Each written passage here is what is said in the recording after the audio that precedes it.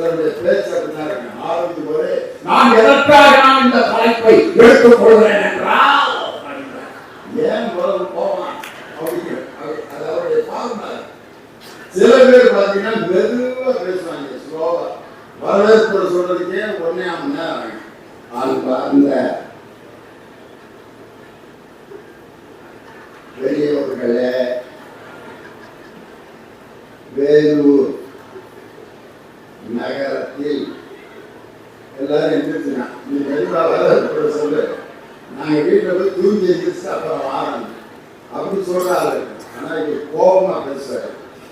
அவரிடம் படித்த 2 மாணவர்கள் தான் உலக சாதனை படைத்த செஸ் சாம்பியன்கள், பிரித்யானந்தா, ஐசாரி. அவங்க 2 பேருமே ஆசிரியர். ஒரு ஆசிரியருக்கு இதுக்கு மேல வேற பெருமை வேற ஒண்ணும் இல்லை. ஏன் படிச்ச ஒரு பையன் ஆடிக்காரில் வந்து இறங்கினான். ஆஹா, நம்ம மாணவன் ஆடிக்காரில் வந்து இறங்கினாங்க அப்படின்னு புல் போதையில் இருந்தான். சார், உங்கள்கிட்ட நான் படித்தேன் சார், பெரிய வசதியாக இருக்கு சார், 20 லாரி வச்சிருக்கேன் சார், 5 பங்களா கட்டி விட்டுருக்கேன் சார், அப்பார்ட்மெண்ட் 3 வாடகை விட்டுருக்கேன் சார். ஆகா ஓகான்ட்டுன்னா பேசிட்டுனா ஒரு 5-6 பேர் சுற்றி நின்னாங்க. சுற்றி நின்னோன்னா ஒரு வாக்கியத்தை சொல்றேன். என்ன சொன்னான் அப்படின்னா, நான் இந்த நிலைமையில இருக்கிறதுக்கு காரணமே நீங்க தான் சார். அந்த சுற்றி நின்றவங்கன்னா அது ஞாபகம் எடுத்துட்டு வகுப்புலே படிச்சவனே இப்படி இந்த ஊருக்கு ஊத்திருக்கான்னு அவன் பெரிய வசதியா இருக்கான். மற்ற விஷயத்தையும் ஆளுக வராதுன்னு சொல்லிட்டான். நான் இந்த நிலைமையில இருக்கிறவங்க மட்டும் 15 பேர் வந்ததான் சொல்றேன். சரி, என்ன நினைச்சிருப்பாங்க. ஆனா ஒரு நல்ல ஆசிரியர் எப்படி இருக்குங்கிறதுக்கு இலக்கணம் பேராசிரியர் விஜயகுமார். அவரை எதிர்த்து சமூக வலைதளம் தான் இன்று வழிகாட்டுகிறது அப்படிங்கிற அணி தலைமை பேச்சாளராக வந்திருப்பவர் என் அருமை தம்பி கவிஞர் வினியவன். மிலிட்டரியில ராணுவத்தில் பணியாற்றி கொண்டிருக்கிறார், கப்பற்படையில் பணியாற்றுகிறார், மிக சிறந்த பேச்சாளர். அவருடைய பேச்சுல ஒரு சில ட்விட்டர்லாம் உலகம் முழுவதும் இன்னைக்கு பரவி. உதாரணத்துக்கு ஒரு பாட்டுக்கு அவர் கொடுத்த விளக்கம் உலகம் முழுவதும் எல்லாரும் மொபைல் வச்சிருக்காங்க. என்னன்னா, கவிப்பேரரசு வைரமுத்து அந்நியன்கிற ஒரு படத்துல பாட்டு எழுதியிருந்தார். அந்த காக்கா கொண்டக்காரி ரண்ட கரண்ட கரண்ட கரண்ட அச்சு வெள்ள பேச்சுக்காரி ரண்ட பாட்டு. இப்படிலாம் ஒரு பாட்டு எழுதுறாங்களேன்னு நான் சொன்னேன். அதுக்கு இவர் பதில் சொல்ல வந்தவர், அந்த காக்கா கொண்டைக்காரி என்பது ஒரு பக்தி பாடல் எழுதுறவர்கள். பாட்டு பக்தி பாட்டா? அந்த காக்கா கொண்டைக்காரி யார்? அண்டத்தை காப்பவள் மதுரை மீனாட்சி, அவள் கொண்டை போட்டிருப்பாள்.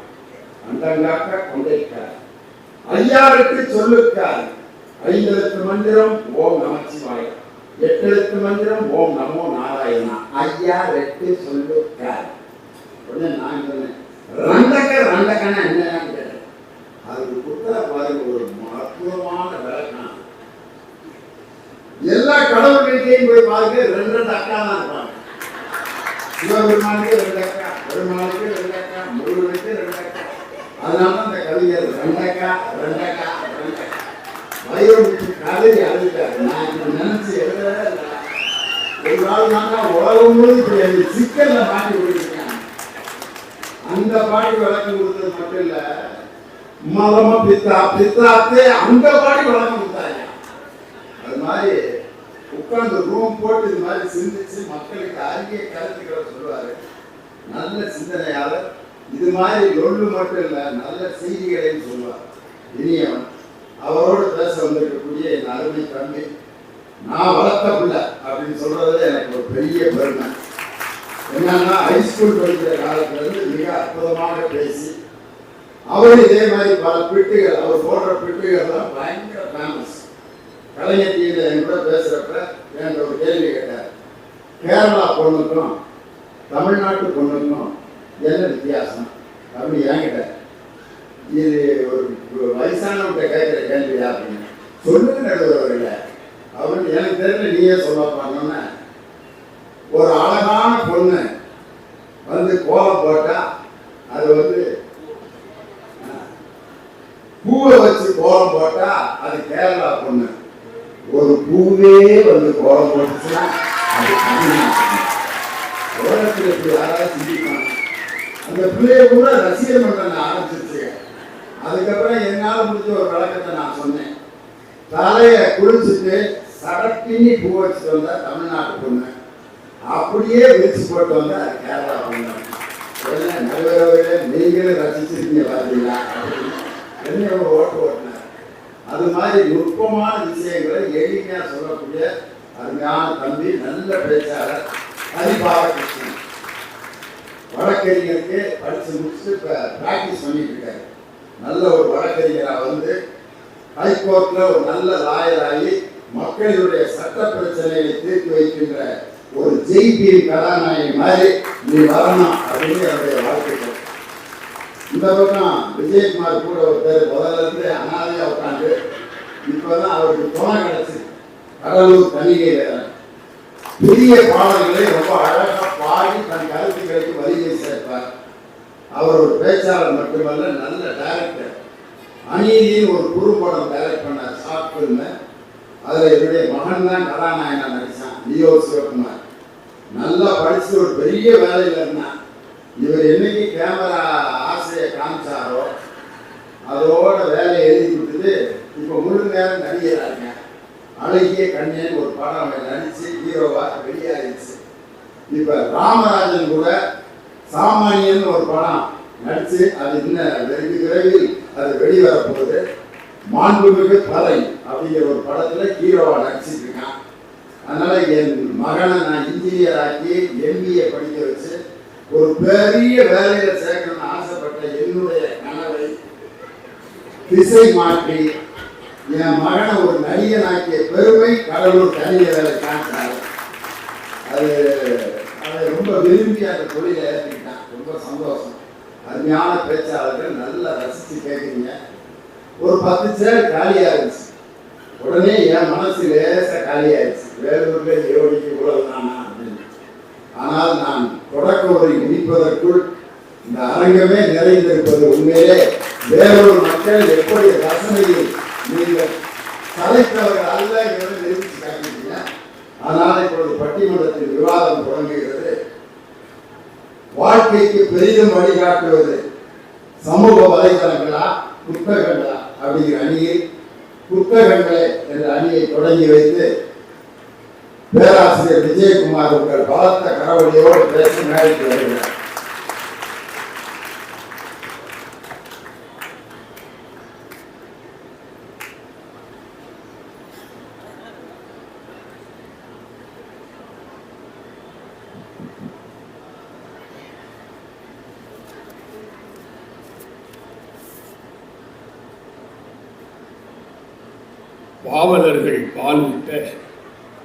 பாவலர்கள் பாலூட்ட பாண்டி பழம்பதியில் காவலர்கள் தாளாட்ட கற்ற மனங்களிலும் தொட்டிலே அன்று துயின்று மிக வளர்ந்து பட்டுப்போல் நாவசைத்து பால் மழலை சொல்லி வந்த கட்டி தமிழே கவிதை பெருஞ்சுவைய 8 திக்கும் எழில் வளர்த்த பூமகளே தொட்டிலே கிடந்த என்னை தொல்காப்பியன் படுத்த கட்டிலே கிடைக்கின்ற கனிமகளே கனிமணக்க பேசும் கற்றோர் அவையினிலே நடைபயில வந்திருக்கும் நான் உந்தன் இளைய மகன் உந்தன் பாதம் தொட்டு தொடங்குகிறேன் தூயவளே தமிழ் தாயே வாழியணி.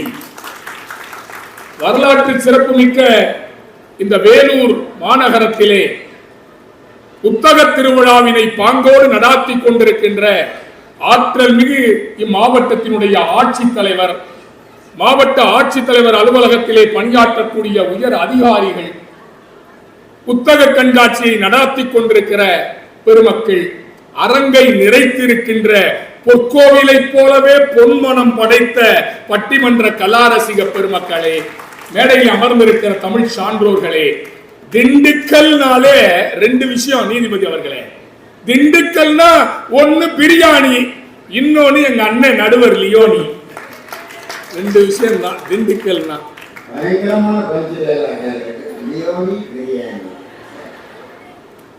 அற்புதமா இன்னைக்கு ஒரு தலைப்பை கொடுத்திருக்கீங்க நீதிபதி அவர்களே. வரலாற்று சிறப்பு மிக்க வேலூர்ல ஒரு வரலாற்று சிறப்பு மிக்க தலைப்பு. மக்களுக்கு சமுதாயத்துக்கு வழிகாட்டுவது எது? சமுதாய அந்த வலைத்தளங்கள் சொல்லக்கூடிய அந்த மீடியாவா அல்லது புத்தகங்களா? இதுல என்ன சந்தேகம் நீதிபதி அவர்களே? வலைத்தளங்களுக்கு விழா எடுக்கிறார்களா, புத்தக திருவிழா என்று புத்தகத்துக்கு விழா எடுக்கிறார்களா என்பதை இந்த மாமன்றம் சிந்திக்க வேண்டும். புத்தகங்கள் தடம் பதிக்க செய்யும், வலைத்தளங்கள் தடம் மாற செய்கிறது. அதுதான் இன்றைக்கு யதார்த்தமாக இருக்கிறது நீதிபதி அவர்களே. இது எங்க இனியவன் அண்ணாச்சிக்கு தெரியாதா? எல்லாம் தெரியும். என்ன நீதிபதி, அன்னைக்கெல்லாம் வீட்டுக்கு வந்தா தாத்தாவுக்கு மாமாவுக்கு மோர் குடுறா, காபி குடுறா அப்படின்னா, இன்னைக்கு ஒய்ஃபை குடுறா, பாஸ்வேர்டு குடுறான்றேன். காலம் மாறிடுச்சா இல்லையா? செல்போனை நோன்றான். இந்த சமூக வலைத்தளங்களிலே பொழுதுபோக்குவதற்கு செல்லலாம் நீதிபதி அவர்களே. வாழ்க்கையே அந்த செல்போன் வலைத்தளங்களிலே தொலைத்துக் கொண்டிருக்கின்ற இளைஞர்கள் இன்றைக்கு அதிகமாக இருக்கிறார்களா இல்லையா? சினிமாவுக்கு கூட சென்சார் போர்டு இருக்கு, சமூக வலைத்தளங்களுக்கு சென்சார் போர்டு இருக்குதா? மிஸ்டர் இடியவர் ஐயா, உங்களதான் கூப்பிடுறாரு ஐயா. என்ன நீதிபதி அவர்களே, எங்க ஊர்ல எல்லாம் ஒரு பொண்ணை ஃபாலோ பண்ணாங்கன்னா அருவாள் எடுத்துருவாங்க. சமூக வலைத்தளங்களை ஒரு பொண்ணு 50,000 பேர் ஃபாலோ பண்றேன். நடக்குதா இல்லையா? லைக் பண்ணுங்க, ஷேர் பண்ணுங்க, சப்ஸ்கிரைப் பண்ணுங்க. அட பாவிகளா! புத்தகங்கள் அழகா சொன்னா, புத்தகங்கள் தொட்டு பார்த்தால் காகிதம், ஆனால் தொட தொட தொட தொட அது நம் வாழ்க்கையே மாற்றி காட்டுகிற ஆயுதம் என்று சொன்னார்கள். அதுதான் புத்தகங்கள். உங்க வலைத்தளங்கள் என்ன செய்யுது? இந்த கொரோனா டைம்ல ஆளாளுக்கு கேமரா எடுத்துட்டு போயிட்டான். யூடியூப் சேனல் மாப்பிள்ள வாங்க பாத்ரூம் டூர். அட பாவிகளா!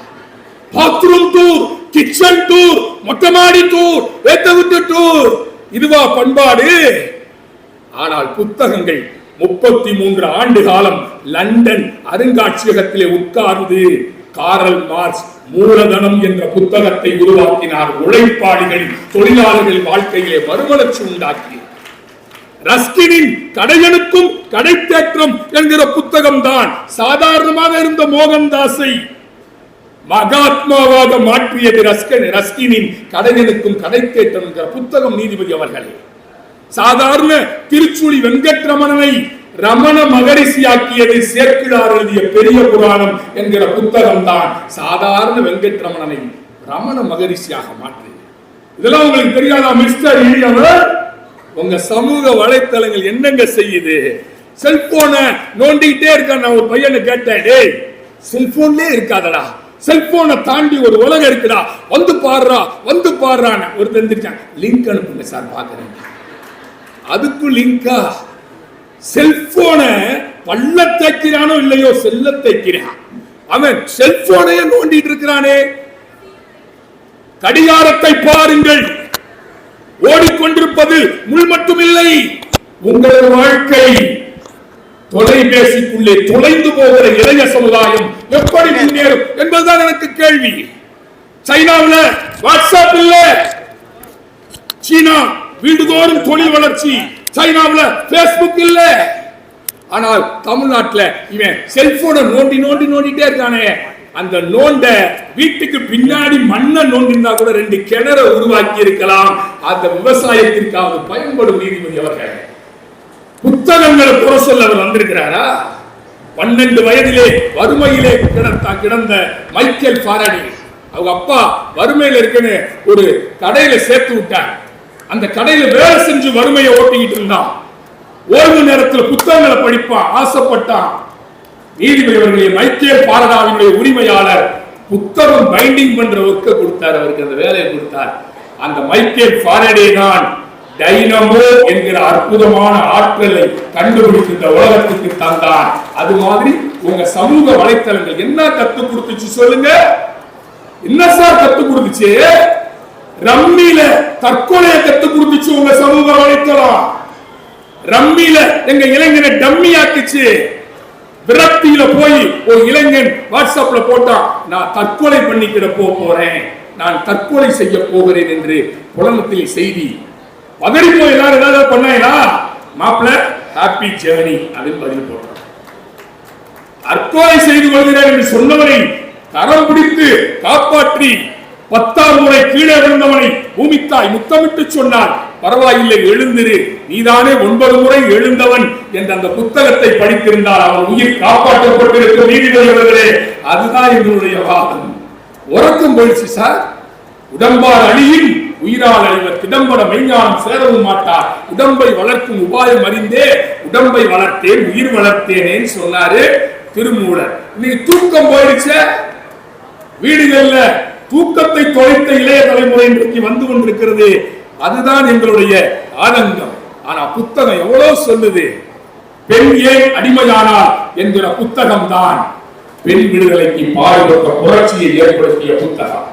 வீட்டுல ஒரு பொம்மை வாங்கி கொடுத்தா கூட பொம்பளை பிள்ளைங்க கேஸ் அடுப்பு, இருப்பு சட்டி, சிலிண்டரு, குக்கர் வாங்கி கொடுப்பான். பையனுக்கு பொம்மை வாங்கி கொடுக்கணும்னா ஏரோப்ளானு, ஹெலிகாப்டர், துப்பாக்கி வாங்கி கொடுப்பான். இல்லற கிரிக்கெட்டில் கட்டிலறைக்கும் சமையலறைக்கும் ரன்களிடத்தே ரணமாகி போயிருந்த பெண்ணினத்தை வாழ வைத்தது பெண் ஏன் அடிமையானார் என்கிற தந்தை பெரியாரின் புத்தகம். மிஸ்டர் இனியவர் இப்பதான் அவரு மேடையில் கொடுத்த டிஃபனை ஆனாரு. மிஸ்டர் இனியவர் வச்சுட்டாரு. செல்போனுக்கு ஸ்கிராட்ச் கார்டு போடுறேன். செல்போனுக்கு ஸ்கிராட்ச் கார்டு போடுறிய தம்பி, உயிரை காப்பாற்றுறதுக்கு தலையில ஹெல்மெட் போடுறியா? அதுதான் எங்களுடைய வாதம். சமூக வலைத்தளங்கள் இன்றைக்கு சமையல் ஜோதிடம் 2024 நல்ல மகர ராசி அவிட்ட நட்சத்திரம். சமூக வலைத்தளத்தில் ஒருத்தர் சொன்னா ஜோசியக்காரன், உங்களுக்கு அவிட்ட நட்சத்திரம் மகர ராசி, சூரியன் அங்க இருக்காரு, ராகு இங்க இருக்கிறாரு, 2024 உங்களுக்கு எல்லாம் கிடைக்கும்னா 2024 கேலண்டர் கூட எனக்கு கிடைக்கல. நிலவு அதுதான். சமூக வலைத்தளங்கள் சரியில்லை என்பதற்காகத்தான் மகாகவி பாரதி சொன்னான், காசி நகர் புலவர் பேசும் உரைதான் காஞ்சியில் கேட்பதற்கு கருவி செய்வோம் என்று. ரேடியோ புத்தியோட நிப்பாட்டிக்கங்கடா. ட்விட்டர் வேணாம், பேஸ்புக் வேணாம், வாட்ஸ்அப் வேணாம், புலனம் வேண்டாம், லிங்க் வேண்டாம் சொன்னா ஏன் பாரதி சொன்னார் அழகா, காசி நகர் புலவர் பேசும் உரை காஞ்சியில் கேட்பதற்கு கருவி செய்வோம் போதும். ஆனால் இன்றைக்கு எத்தனை எந்திரமோ அத்தனை கத்தனை தொந்தரவு விவாகரத்துக்கு அதிகமாவதற்கு சமூக வலைத்தளங்கள் காரணம். ஒரு தீ நீங்க கேள்விப்பட்டிருக்கீங்களா? நீதிபதி ரெண்டே செய்தி. தீ நீங்க கேள்விப்பட்டிருக்கீங்களா? சமூக வலைத்தளங்கள் கொண்டு தருகிற அமைதியா இயங்கிக் கொண்டிருக்கிற சமூகத்திற்கு ஆபத்தை விளைவிப்பது சமூக வலைத்தளங்கள். என்ன தீ தெரியுமா? வதந்தி. சமூக வலைத்தளங்களிலே வதந்திகள் பரவப்படுகிறது. அங்கொன்றும் இங்கொன்றும் நல்ல செய்திகள் இருக்கின்றன. அதனை பூக்கடையாக சமூக வலைத்தளங்களாக நான் எடுத்துக்கொள்கிறேன். ஆனால் 2 பூக்கடை தான் இருக்குது, அம்புட்டுமே சாக்கடையா இருக்குது மிஸ்டர் இனியவர். ஆகவே சமூக வலைத்தளங்கள் சரியில்லை. புத்தகங்கள் தான் மனிதனுக்கு முன்னேற்றத்தை தருகிறது. மனிதனுக்கு முன்னேற்றம் தருகிற புத்தகங்களில் தான் அற்புதமான செய்திகள் கொட்டி கிடக்கின்றன. நட்பு காலம் ஒரு புத்தகம் போதுங்க. ஆணும் பெண்ணும் நண்பராக இருக்கலாம் என்பதை சொல்லிக் கொடுத்த புத்தகம் கவிஞர் அறிவுமதியினுடைய நட்பு காலம் என்கிற புத்தகம். அதுல ஒரு ஆணும் பெண்ணும் நட்பாக இருக்க முடியுமா? முடியும். அதிகமான அவ்வை இல்லையா? அதிகமான் அவ்வை சங்க காலத்திலே நட்பாக இல்லையா? ஒரு நாள் செல்லலம், பல நாள் செல்லலம், பல நாள் பலரோடு செல்லினும் தலைநாள் சென்ற விருப்பினன் மாதோ என்று அவ்வை அதிகமானை புகழ்ந்து பேசி நட்போடு இருந்தார் இல்லையா? அந்த நட்பு காலத்துல சொன்னார் எங்க அறிவுமதி, உங்கள் அம்மா அப்பாவிடம் என்னை அறிமுகப்படுத்த அழைத்துக் கொண்ட போது, உங்கள் அம்மா அப்பாவிடம் என்னை அறிமுகப்படுத்த அழைத்துக் கொண்டு போன போது எல்லா அம்மாக்களையும் போலவே பரபரப்பாய் வார்த்தை இல்லாமல் மௌனத்தில் சலனப்பட்டுக் கொண்டிருந்த அம்மாவுக்கு அழகாய் சொன்னாய் தோழி, இவன் ஒருபோதும் அம்மா உனக்கு மருமகனாக முடியாது, ஏனென்றால் இவன் நிச்சயிக்கப்பட்ட என் நண்பன் என்று சொன்னாயே. அந்த நட்பு காலங்கிற புத்தகம் நட்பை சொல்லுகிறது. எத்தனையோ புத்தகங்கள் நம்மை கட்டி எழுப்புகிறது. புண்பட்டவனே பண்பட்டவன் புத்தகம் சொல்லிக் கொடுத்தது. புண்பட்டவனே பண்பட்டவன் மூங்கில் துளையிடுகிற போது வலிக்கிறது என்றும் புல்லாங்குழல் வருத்தப்பட்டிருந்தால் இனிய இசையை இந்த மண்டத்துக்கு தர முடியுமா? கால்பந்திலும் காற்று புல்லாங்குழலும் காற்று, ஆனால் கால்பந்து உதைபடுகிறது, புல்லாங்குழல் முத்தமிடப்படுகிறது. புத்தகங்கள் முத்தமிடக்கூடியவை, சமூக வலைத்தளங்கள் எட்டி உதைக்கத்தக்கவை. வாய்ப்பிற்கு நன்றி. வருகிறேன். சமூக வலைதளத்துல நல்லது ஏதாவது பரவுதான். நல்ல விஷயத்த பேசுறவருக்கு லைக் எத்தனை வருதுன்னா 15 இல்லாட்டி 10. ஆனா ஒரு மோசமான ஒரு செய்தியை காலையில ஒருத்தன் பரப்பிட்டான்னா 5 நிமிஷத்துல 1000 பேர் 2000 பேர் ஒரு மணி நேரத்துல 1,00,000 பேர் பார்த்துடுறான். என்னை அப்படித்தானே கொன்னு கொலையத்தாங்க. தர்மபுரி கூட்டத்தில் நான் பேசிட்டு இருக்கேன். லியோனி சாலை விபத்தில் அகால மரணம் அடைந்தார். நான் மேடையில் பேசிட்டு இருக்கேன். கொண்டு வந்து காட்டுறாங்க போன்ல, சார் பேட்டரை முடிச்சிட்டாங்க சார். நான் பேசிட்டு இருக்கேன். அதையும் ஒருத்தன் போட்டு பக்கத்திலே போடுறான். மேடையில் பேசிட்டு இருக்காரு, இப்படி போட்டு ஏடான்ட்டு. திரும்ப ஒருத்தன் இன்னொரு தடவை கண்ணீர் அஞ்சலிட்டு என் போட்டோவுக்கு மாலையை போட்டு எல்லா விவரத்தையும் எழுதி அனுப்பிச்சிட்டான். நான் அந்த தர்மபுரி கூட்டம் முடிச்சுட்டு வீட்டில் போய் உட்காந்துருக்கேன். காலையில் வெளியில் உட்காந்துருக்கேன். 2 பேர் பைக்கில் மாலையை வாங்கிட்டு வந்துட்டேன். எப்படி இருந்திருக்கேன் எனக்கு. உலகத்தில் இப்படி ஒரு பாக்கியம் யாருக்காவது கிடைச்சிருக்குமா? எனக்கு போட வேண்டிய மாலையை இன்னைக்கே பார்த்துட்டேன். நான் ஒருத்தன் வாங்கிட்டு வந்து உட்காந்துருக்காரா, ஐயோ ஃபேக் நியூஸ்ரா அப்படின்ட்டு அந்த மாலையை தூக்கி சந்துக்குள்ளே போட்டு 2 பேரும் பட்ட பாடு. என்னடா மாலை? அது இது கோயில், எங்கள் ஏரியாவில் கோயிலே கிடையாது. அது சார் இது இல்லை அப்படின்னா சொல்லுங்கடா. மொபைல் ஃபோனில் செய்தியை பார்த்து வந்தீங்களா அப்படின்னு. நான் பாட்டுக்கு நிம்மதியாக பேசிட்டு இருக்கவனை யாராவது ஒருத்தர் இப்படி ஒரு செய்தியை பரப்பி விடுறானே. இதை புத்தகமாக செய்தி இந்த அக்கிரமத்தை. கொரோனா காலத்தில் நடந்த ஒரு சம்பவம். மதுரையிலேருந்து கோயம்புத்தூருக்கு ஒரு ஸ்பெஷல் ட்ரெயின் விட்டுருக்காங்க. அப்போ ஒருத்தன் ஒரு கம்பார்ட்மெண்ட்டில் ஏறி ஒரு சீட்டில் ஒருத்தர் தான் உட்காரணும் அப்படின்னு ரூல். ஒவ்வொரு பெஞ்சிலையும் ஒவ்வொருத்தையும் படுத்திருக்கான். ஒருத்தன் ஏறி இருக்கான். எல்லா பெஞ்சிலையும் ஆள் படுத்திருந்தான். என்னடா ஒரு சீட்டை பிடிக்கணுமே, என்னடா ஐடியா பண்ணுறதுன்ட்டு இவங்களை விரட்டுறதுக்கு ஒரு ஐடியா பண்ணணுன்ட்டு அப்படின்னு ஒரு 5 தடவை தும்முனான். ஐயோ பெரிய கொரோனா நோயாளி வந்துட்டான்டான்ட்டு ஒரு 4 பேர் இறங்கி வேற கம்பார்ட்மெண்ட்டுக்கு ஓடிட்டான். கம்பார்ட்மெண்ட்டே காலி ஆயிடுச்சு. எதுக்குடா நம்ம கோயம்புத்தூர் போகிறதுக்கு பதிலாக சுடுகாட்டுக்கு போய் சேர்ந்துடும் போல இருக்குண்டு. கம்பார்ட்மெண்ட்டே காலி ஆயிடுச்சு. நிம்மதியாக அந்த பாட்டுக்கு படுத்து கோயம்புத்தூர் வரைக்கும் போயிடலாம்டான்ட்டு தூங்கிட்டான். காலையில் கோயம்புத்தூர் வந்துருச்சுன்னு இறங்குறேன். மதுரையிலே நிற்கிது. எது என்னன்னு முடிவு பண்ணியிருக்காங்க ரயில்வேல. தும்மல் சத்தம் கேட்கவும் இந்த கம்பார்ட்மெண்ட்ல ஒரு கொரோனா நோயாளி இருக்கான். அதனால இந்த கம்பார்ட்மெண்ட்டை மட்டும் கழட்டி விட்டுட்டு மிச்ச ட்ரெயினை பூரா ஓட்டிட்டு போயிட்டான். இந்த சுயநலம் பிடிச்ச நாய் மட்டும் அனாதையா மதுரையில் படுத்து கிடந்துச்சு. உண்மையிலேயே இந்த சமூக வலைதளம் வந்தோன்னா ஒவ்வொருத்தனும் அவனை பற்றிய செய்திகளை எல்லாத்துக்கும் தெரிவிக்கணும் அப்படின்னு சொல்லி இன்னைக்கு சட்ட மாமேதை அம்பேத்கர் அவர்கள் அவருடைய சிலையில பார்த்தீங்கன்னா கையிலே புத்தகத்தை வைத்துக் கொண்டு அவர் சிலையில் காட்சியளிப்பது எதற்காகனா, லண்டனில் இருக்கக்கூடிய அனைத்து புத்தகங்களையும் படித்து முடித்த ஒரு அறிஞர் யாருன்னா அவர்தான் நம் சட்ட மாமேதை, இந்திய அரசியலமைப்பு சட்டத்தை உருவாக்கிய அண்ணல் அம்பேத்கர். அவ்வளவு புத்தகத்தை படித்து இந்திய அரசியலமைப்பு சட்டத்தை தன் கைகளிலே வைத்துக் கொண்டு சிலையில் கூட நீங்கள் புத்தகத்தை படிக்க வேண்டும் என்று சொல்லிக் கொண்டிருக்கக்கூடிய அண்ணல் அம்பேத்கர் அந்த செய்திகளை எல்லாம் ஒரு புத்தகம் தானே நமக்கு சொல்லிக் கொடுக்குது. அருமையா பேசினார். இதுக்கு பதில் சொல்லணும். வாங்க, அருமை தம்பி ஹரிபாலகிருஷ்ணன், உங்கள் பலத்த கரவழியோடு சமூக வலைதளமே அப்படிங்கிற அணிக்கு கருத்துக்களை வழங்க வருகிறார். ஒரு பொண்ணை அழகியா கேள்வி சொன்னா 24 தமிழ் இருந்தார். சீன நாட்டு பெண்ணோட பாடம் இருக்கணும், அர்ஜென்டினா நாட்டு பெண்ணோட கருத்து இருக்கணும், அமெரிக்க நாட்டு பெண்ணோட சிரிப்பு இருக்கணும், ஜப்பான் நாட்டு பெண்ணோட பர்கர் இருக்கணும். 24 தகுதி இருக்கிற பொண்ணத்தான் உலக அழகியா கேள்வி ஒரு குறை இருக்குதான். அந்த முட்டாள்கள் ஒரு வேலூர் பக்கம் கூட்டிட்டு வாங்க. ஒரு பொண்ணை உலக அழகியா கேள்விக்குன்னா அது வேலூர் பொண்ணுங்களா இருந்தா உலக ஆமா, இப்படி ஒவ்வொரு ஊர்லயும் அப்ளிகேஷன் போட்டுட்டு இருக்கீங்க.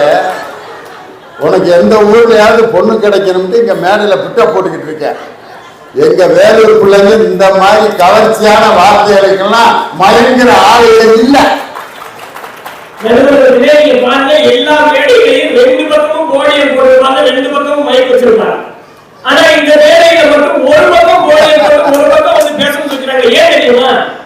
இன்னைக்கு புத்தகங்கள் நல்ல விஷயங்களை சொன்னா கூட சமூக வலைதளங்கள் எங்க பக்கம் வந்தாங்க சொல்ல அவங்க வேலையே சொல்றாங்க. நீங்க புரிஞ்சுக்கணும். நடுவர்களே அவர் சொன்னாரு, அண்ணன் விஜயகுமார் சொன்னாங்க, இன்னைக்கு பசங்க தான் ஒரு பொண்ணு 50,000 பேர் பேஸ்புக்ல ஃபாலோ பண்றாங்க, இன்ஸ்டாகிராம்ல ஃபாலோ பண்றாங்க. சார் நாங்க பண்றோம் சார். ஏன் பண்றோம்?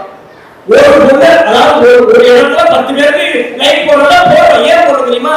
ஒரு பொண்ணோட போஸ்டுக்கு லைக் போட்டுட்டு மீதி 9 பொண்ணோட போஸ்டுக்கு லைக் போடாம விட்டுட்டோம்னா அந்த 9 பொண்ணுகளும் ஒருவேளை நம்ம அழகாலையோடு ஏறி போயிடக்கூடாதுன்றதுக்காக 10 பொண்ணுங்க போட்டு லைக் போடுறது. அந்த பெரிய மனசு எங்களுக்கு இருக்கு சார். புத்தகங்களை பத்தி பேசினாங்க. சரி, உங்களுடைய புத்தகங்கள் என்ன ராசியை பத்தி சொன்னாங்க. நானும் தான் எனக்கு தான் கடகராசி. நீங்க நினைச்சுக்கிற நாளைக்கே கல்யாணம் ஆகும்னு சொன்னாங்க. ஆகுதா சார்? குடிச்சு சாப்பிடுற பிரியாணியில கூட பிடிக்காத 2 பட்டைக்கிராம்பு இருக்குதான் செய்யும். நம்ம அதை எடுத்து போட்டு குடிச்சுட்டு தூர்வாட ஆரம்பிச்சிடணும். இப்போ நான் ஒரே ஒரு புத்தகத்தினால பொண்ணு கிடைக்குமா நான் கேட்கிறேன். சமூக வலைதளத்தில் இருக்கிறதுனால ஒரு அப்ளிகேஷனை போட்டா பொண்ணு கிடைக்கும். நீங்க படிச்ச புத்தகத்துக்கு நீங்க ஒருத்தருக்கு வேலையே கிடைக்க மாட்டேங்குது, எப்படி பொண்ணு கிடைக்கும் சார்? சமூக வலைதளம் இன்னைக்கு எவ்வளவு உயர்வு. ஒன்னேதான் கேட்கிறாரு, ஒரு 15 புத்தகத்தை படிச்சா பொண்ணு கிடைக்குமா கேள்வி கேட்டிருக்காரு. பதில் சொல்லணும் சார். ஒண்ணும் இல்ல, உங்க புத்தகம் என்ன சொல்லுது? All Indians are brothers and sisters. சின்ன வயசுல இருந்தே சொல்லுது. இந்த புத்தகத்தை நம்ம படிச்சிருக்கோம். எனக்கு ஒரு சந்தேகம், சின்ன வயசுல இருந்தே வேறொரு மொழியில இன்னைக்கு விவரம் தெரிஞ்சு கேட்கிறேன் sir. All Indians are brothers and சிஸ்டர்ஸ்னா நாங்க யாரு சார்? என்ன புத்தகம் சொல்லுது? ஒரு விஷயம் சும்மா ஒரு எல்லாரையும் சகோதரமா நினைக்கணுங்கிறதுக்காக சொல்லியிருப்பாங்க. All Indians are brothers and sisters. அப்படின்னா என்ன யாரு கட்டிக்குவான்னு கேட்டா இப்படிலாம் கேட்டா அப்புறம் எப்படியா? மேடையில நம்ம பேசும்போது அன்பார்ந்த சகோதர சகோதரிகளேங்கிறான். என் மனைவியும் அதுல உட்கார்ந்துருக்கு. உடனே அது எந்திரிச்சு வந்து என்னையும் நீ எப்படி சகோதரின்னு சொன்னான்னு கோர்ட்ல கேஸா போட முடியும்? ஒரு மனுஷன் இப்படியாயா பேசுவேன்? உங்களுக்கு இப்படி ஒரு தீவிரமான சம்பவம் நடந்திருக்குன்றத உங்க வாயிலா கேட்கிறது ரொம்ப சார். கடலை வச்சு கடல் பூசி விளையாடுறதுக்கு நாங்க என்ன வடநாட்டுக்கார இளைஞனா? உயிரை வச்சு உயிராட வைக்கிற நாட்டோட ஜல்லிக்கட்டு விளையாடுற தமிழ்நாட்டுக்கார இளைஞன்னு சொல்ற ஒரு புரட்சி மெரினாவில் நடந்துச்சுன்னா புத்தகம் நடந்துச்சா சமூக ஊடகம் நடந்துச்சா? நீங்க சொல்றீங்க சமூக ஊடகம் பயன்படுத்துறவங்க தப்பா போயிட்டு இருக்காங்க. நைட்டு 12 மணிக்கு மெரினா போராட்டத்துல ஒரு போலீஸ் போய் ஒரு பொம்பளை பிள்ளைய எழுப்பி கேட்கிறாங்க, ஏமா நைட்டு 12 மணி ஆச்சு, இத்தனை பசங்க இருக்காங்க, இத்தனை பசங்க மத்தியில நீ தனியா உட்கார்ந்துருக்கியே, உனக்கு பயமா இல்லையான்னு அந்த பொண்ணு ஒரே வார்த்தை தான் சொல்லுச்சு, ஏன் சார் பசங்களை பார்த்து பயப்படுற அளவுக்கு அவங்க என்ன பாக்குறதுக்கே பயங்கரமா இருக்கு, வடநாட்டு பசங்க மாதிரியா இருக்காங்க, பொண்ணுங்களை தெய்வமா மதிக்கிற தமிழ்நாட்டு பசங்களோட உட்கார்ந்துருக்க சார், எங்களுக்கு என்ன பயம் சொல்லி கேட்டாங்க. சமூக ஊடகம் எங்களுக்கான அங்கீகாரத்தை கொடுக்குது சார். ஒண்ணும் இல்ல, ஒரே சின்ன கவிக்கு அழகா சொன்னார், புத்தகங்களை குழந்தைகளை கிழித்து விடாதீர்கள் சொல்லி. அந்த இடத்துல அன்னைக்கு சொல்றேங்க, ஒரு ஒரு சின்ன கதை சொன்னேன். திரிபுராவில் ஒரு சிங்கம், 2 சிங்கம் காட்டுல இருந்துச்சு. ஒரு ஆண் சிங்கம், ஒரு பெண் சிங்கம். என்ன பண்ண மனுஷன் என்ன பண்ணானா, இது 2த்தையும் புடிச்சு கூண்டுல போட்டாதான் மனுஷங்க பாப்பாங்க. புத்தகத்தை படிச்சுட்டு அந்த 2 சிங்கத்தையும் ஒரு கூண்டுல போட்டாங்க. ஒரு சிங்கத்துக்கு, பெண் சிங்கத்துக்கு, அந்த சிங்கம் ஒரு பெண்ணா இருக்கிறதுனால ராமாயணத்தை படிச்சுட்டு வந்த ஒரு மனுஷன் சீதான்னு பேர் வச்சான். இன்னொரு சிங்கம் ஆண் சிங்கம். அவன் அக்பர், ஜோதா அக்பர், இந்து முஸ்லிம் ஒற்றுமைக்கு ரொம்ப இணையான ஒரு மன்னன். அந்த மன்னனுடைய பேர் ஒண்ணு அக்பர்னு ஆண் சிங்கத்துக்கு வச்சாங்க. அந்த சிங்கத்தை நேர்கோட்டத்துக்கு கொண்டு வந்தாங்க. அந்த 2 சிங்கத்துக்கு பேர் சரியில்லை. அந்த கேப்ல ஆண் சிங்கமும் பெண் சிங்கமும் பாவம் லவ் பண்ணிடுச்சு. இங்க கொண்டு வந்த உடனே 2 சிங்கமும் சேரக்கூடாது, கோர்ட்ல கேஸ் போட்டாங்க. இப்ப ஆண் சிங்கம் கேட்டா பெண் சிங்கத்துக்கு, நீ எங்கேயோ ஒரு முறையில காட்டுல கிடந்த, நான் எங்கேயோ ஒரு முறையில காட்டுல இருந்தேன், 2 பேரையும் புத்தகத்துல படிச்சுட்டு இந்த மனுஷங்க நம்மள ஒன்னா சேர்த்தாங்க, நம்மளும் காதலிச்சோம், அவங்களே பேரை வச்சாங்க. இப்ப அந்த பேரை சேரக்கூடாதுன்னு அவங்களே பொறிக்கணுங்கிறாங்க. இது என்ன கிணறு பாவமோ அந்த பெண் சிங்கத்தை பாட்டு கேட்டுச்சான். பெண் சிங்கம் சொல்லிச்சா, உண்மையிலுமே இது எனக்கு வருத்தமான விஷயம் தான், மனிதன் ஒரு மகத்தான சல்லிப்பயிர்னா கேள்விப்பட்டிருக்கேன், இப்படி பெண்கள் சிங்கத்தோட சேரக்கூடாத மாணவிட்ட சல்லிப்பயிர் சொல்லி அந்த பெண் சிங்கம் ரொம்ப வருத்தப்படுச்சா. புத்தகம் படிப்பவர்கள் எந்த திசையில போறதுன்னு தெரியாம ஒரு இடத்துல தேடி நிற்பாங்க. அப்போது அவர்களுக்கு வழிகாட்டுவது சமூக வலைதளங்கள்னு சொல்லக்கூடிய விஷயங்கள் நான் சொன்னா உண்மையிலே அதை நாங்க போடுவோம் சார். சார் நீங்க ஒரே ஒரு விஷயம் நான் சொல்றேன். பேருந்துல சென்னையில நிகழ்ச்சி முடிச்சு உங்களுடைய நிகழ்ச்சி முடிச்சு நான் திருச்சிக்கு போயிருக்கேன். ஒரு டிரைவர் மன்னார்புரத்து திருச்சிக்கு முன்னாடி இறங்குறதுக்காக முன்னாடி போனேன். ஒரு பட்டிமன்றத்தை வச்சு செல்போன்ல கேட்டுக்கிட்டு அவர்கிட்ட கேட்ட, ஏன்னா வழக்கமா டிரைவர் போகும்போது பாடல்கள் கேட்பாங்க, நீங்க எதனால பட்டிமன்றம் கேட்கறீங்கன்னு சொல்லும்போது அவர் சொன்னாரு, தம்பி என்னை நம்பி உள்ளுக்கு 200 பேர் இருக்காங்க. 200 பேர் 200 குடும்பம். 200 குடும்பத்தையும் நான் கண்ணு முடிச்சு ஓட்டிட்டு போனோம்.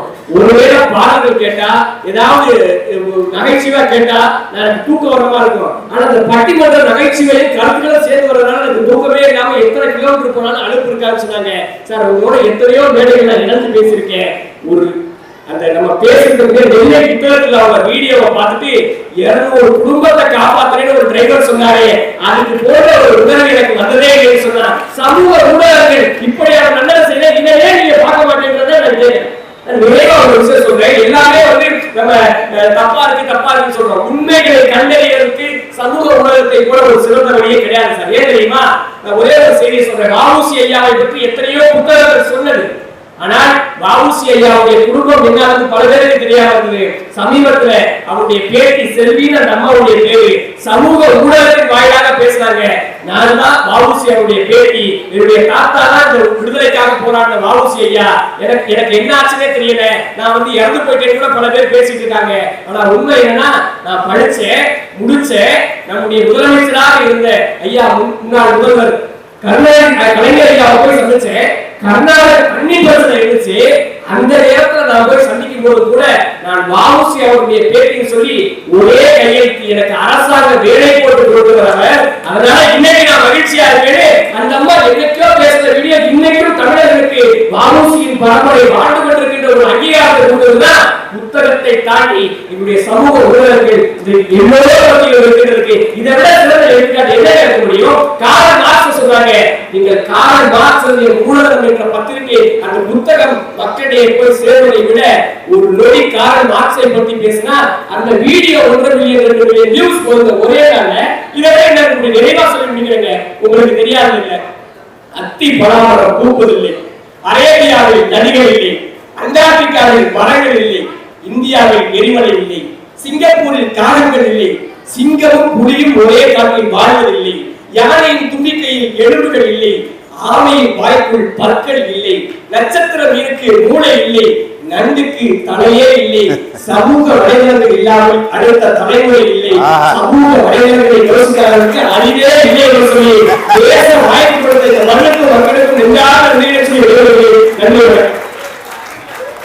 அருமையா பேசினேன். ஆனா வேற ஒரு பிள்ளைங்களுக்கு ஒரு ஐஸை போட்டு என்னமோ ஒவ்வொரு ஊர்லயும் இப்படித்தான் சொல்றாரு. இந்த ஊர் பெண்களுக்கு கூட நாளை உலகத்திலேயே பார்த்ததில்லை. உனக்கு நல்ல பொண்ணு கிடைக்கும், ஏன் பதற? அதனால எல்லா இடத்துலையும் இப்படி அப்ளிகேஷன் போட்டுக்கிட்டு இருக்காரு. நாங்கெல்லாம் இப்படி அப்ளிகேஷன் போட்டோம். ஏண்டா இனியவா ஏதோ பார்த்தாங்க, கட்டி வச்சாங்க. பொண்ணு பார்க்க வர்றப்ப நல்லா தான் இருந்துச்சுங்க. அடே அப்பா, அந்த பொண்ணு பார்க்குறப்ப வர்ற நடிப்புகளை நீங்கள் பார்க்கணுங்க. குனிஞ்சதெல்லாம் நம்புறாதீங்க. வணக்கம் சொல்ல,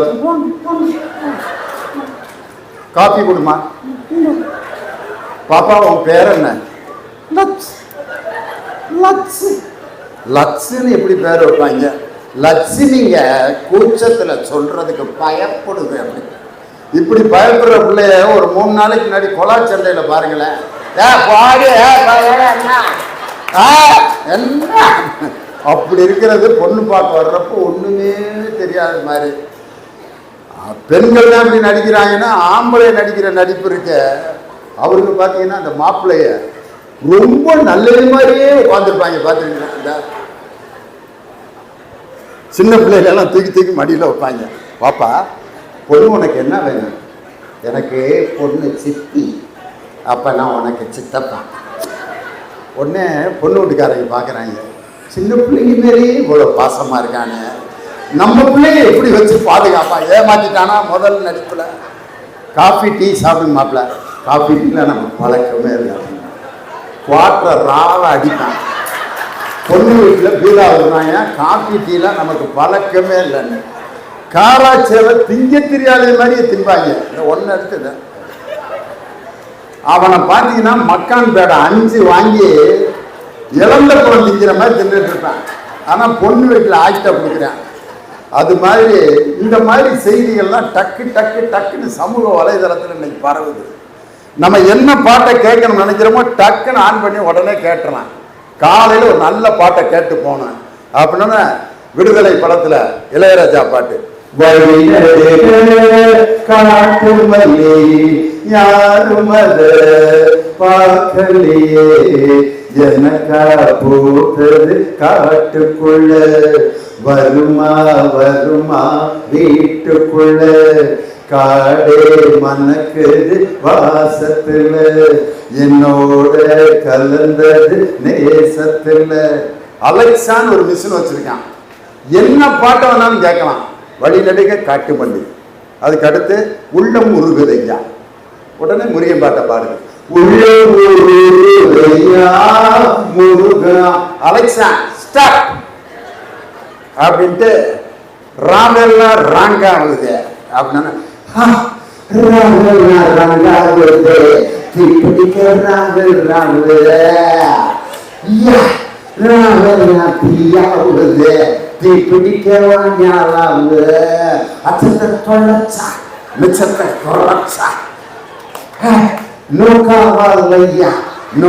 அதே உள்ள முருகுதையா பாடின அதே மிஷின் நூக்காமலையாவும் பாடு.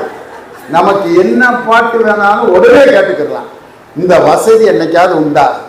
நான்லாம் சின்ன பையனா இருக்கும்போது ஒரு பாட்டு கேட்கறதுக்கு அந்த மைசெட்டுக்காரனுக்கு பீடி வாங்கி கொடுத்து வெத்தலை வாங்கி கொடுத்து அவன் சொல்ற வேலையெல்லாம் செஞ்சு குடியிருந்த கோயில் அந்த பாட்டு எம்ஜிஆர் பாட்டை போடனேன். படகோட்டியில் அந்த பாட்டை போடனேன். என்ன பாட்டுறா என்ன பாட்டு? நான் ஒரு குழந்தை. உடனே அவர் ரெக்கார்ட் பிளேயர் எடுத்து பெரிய நம்ம கலெக்டரோட பெரிய ஆள் மாதிரி ஆகுது. ஊசிய கூட நான் ஒரு குழந்தை ஒரு குழந்தை ஒருவர் மடியிலே ஒருவரடி நாளொருமே பொழுதொரு வண்ணம் ஒருவர் மனதிலே ஒருவரடி. இந்த பாட்டை கேட்கறதுக்கு அவனுக்கு அப்படி பியூன் வேலை பார்த்தேன். ஆனா இன்னைக்கு அலெக்சால சொன்னா 5 நிமிஷத்துல பாட்டு டக்கு டக்கு டக்கு டக்குன்னு மாறுது. அன்னைக்கு இந்த ஊருடைய பெருமையை நிலைநாட்டி கொண்டிருக்க திருமுருக கிருமானந்த வாரியாருடைய அவருடைய பேச்சுல ஒரு நகைச்சுவை பிட் எடுத்து போடுறான் ஒருத்தன். ஐயா அவர் மேடல சொல்றாரு, முருகனின் தனிப்பெரும் கருணையாலே எம்பெருமான் முருகன் ஞான பண்டிதன் கடத்தேங்காயை எரித்து வழிப்பிள்ளையாருக்கு ஓட. இதை யாராவது உடனே இங்கிலீஷ்ல சொல்ல முடியுமா? உடனே யாராவது இங்கிலீஷ்ல சொல்லுங்க பாப்போம். ஆனா வாரியார் சொன்னார், ஷாப் கோகனட் டுக்கு வே பிள்ளையாருக்கு டக்கு. ஷாப்பு கோகனட்னா கடத்தேங்க, வே பிள்ளையார்னா வழி பிள்ளையார், டுக்குனா எடுக்கிறது, டக்குனா உடைக்கிறது. ஐயாவுக்கு அப்படி கை கட்டினாங்க. ஐயா இதே மாதிரிதான் மேடையில் பேசிட்டு இருக்காரு. அப்போ ஒருத்தர்கிட்ட கூட்டத்தில் இருக்கவங்கள்ட்ட கேள்விலாம் கேட்பாரு. டேய் முருகனுடைய அப்பா யாரா அப்படின்னு இருக்காரு. ஒரு சின்ன பையன் எந்திரிச்சு அவன் திருவிளையாடல் படம் அப்பதான் பார்த்துருக்கான். சிவாஜி அப்படின்ட்டான். முருகனுடைய அப்பா சிவாஜி கணேசனா? உடனே அவங்க அப்பா அவனை அடிக்கிறாரு. குடும்ப மானத்தையே வாங்கிட்ட. முருகனுடைய அப்பா சிவாஜியாரா? பிரபுவோட அப்பாடா சிவாஜி அப்படின்ற மண்டல தட்டியிருக்காரு. அதுக்கு கிருபானந்த வாரியார், அடிக்காதீங்க, அவன் கரெக்டா தானே சொல்லியிருக்கான். காந்தியை காந்திஜின்னு சொல்றோமோ, நேருவை நேருஜின்னு சொல்றது இல்லையோ, அதே மாதிரி முருகனுடைய அப்பா பேர் சிவா, ஜி சேர்த்து சிவாஜி தான், அவன் கரெக்டா தானே சொல்லியிருக்கான். அந்த பய வாரியாரை கொண்டாடிட்டான். தெய்வம் யான். இது மாதிரி கந்த புராணத்தை திருவிளையாடல் புராணம் பேசுறதுக்கு முன்னாடி மக்களோட இப்படி ஐக்கியமாயிடுறாரு வாரியார். தொட்டனைத்தூரும் மணற்கேணி மாந்தருக்கு கட்டணைத்தூரும் அறிவு. இதை உடனே இங்கிலீஷ்ல சொல்ல முடியுமா? வாரியார் சொல்வார், டச்சால் ஊரும் சாண்டுவல் பீப்புளுக்கு ஸ்டடியால் ஊரும் நாலேஜ். டச்சு ஆள் ஊரும் தொட்டு அனைத்து ஊரும் சேண்டு வெல்லு மணற்கேணி பீப்புளுக்கு மாந்தருக்கு ஸ்டடி ஆல் ஊரும் கற்று அனைத்து ஊரும் நாலேஜ் அறிவு முடிஞ்சா. எப்படி டிரான்ஸ்லேஷன் பாருங்க. இந்த மாதிரி விஷயங்கள்லாம் சமூக வலைதளத்தில் நிறைய நமக்கு அனுப்பிக்கிட்டே இருக்கான். நாலேஜ் கெயின் பண்ணணும்னா நீங்க பாட்டுக்கு வரிசையா சில பேர் அனுப்புற ஃபார்வேர்டு நியூஸ்களை பார்த்தாலே போதும் ஐயா. ஒரு புத்தகத்தை படிக்க வேண்டிய செய்திகளை அவன் அனுப்புறானேன்னு அதுக்கு பதில் சொல்லணும். வாங்க, கடலூர் தனியவே நல்ல பாடல்களோடு உங்களை சந்திக்க உங்கள் பலத்த கடமையோடு வருகிறார். பாப்பா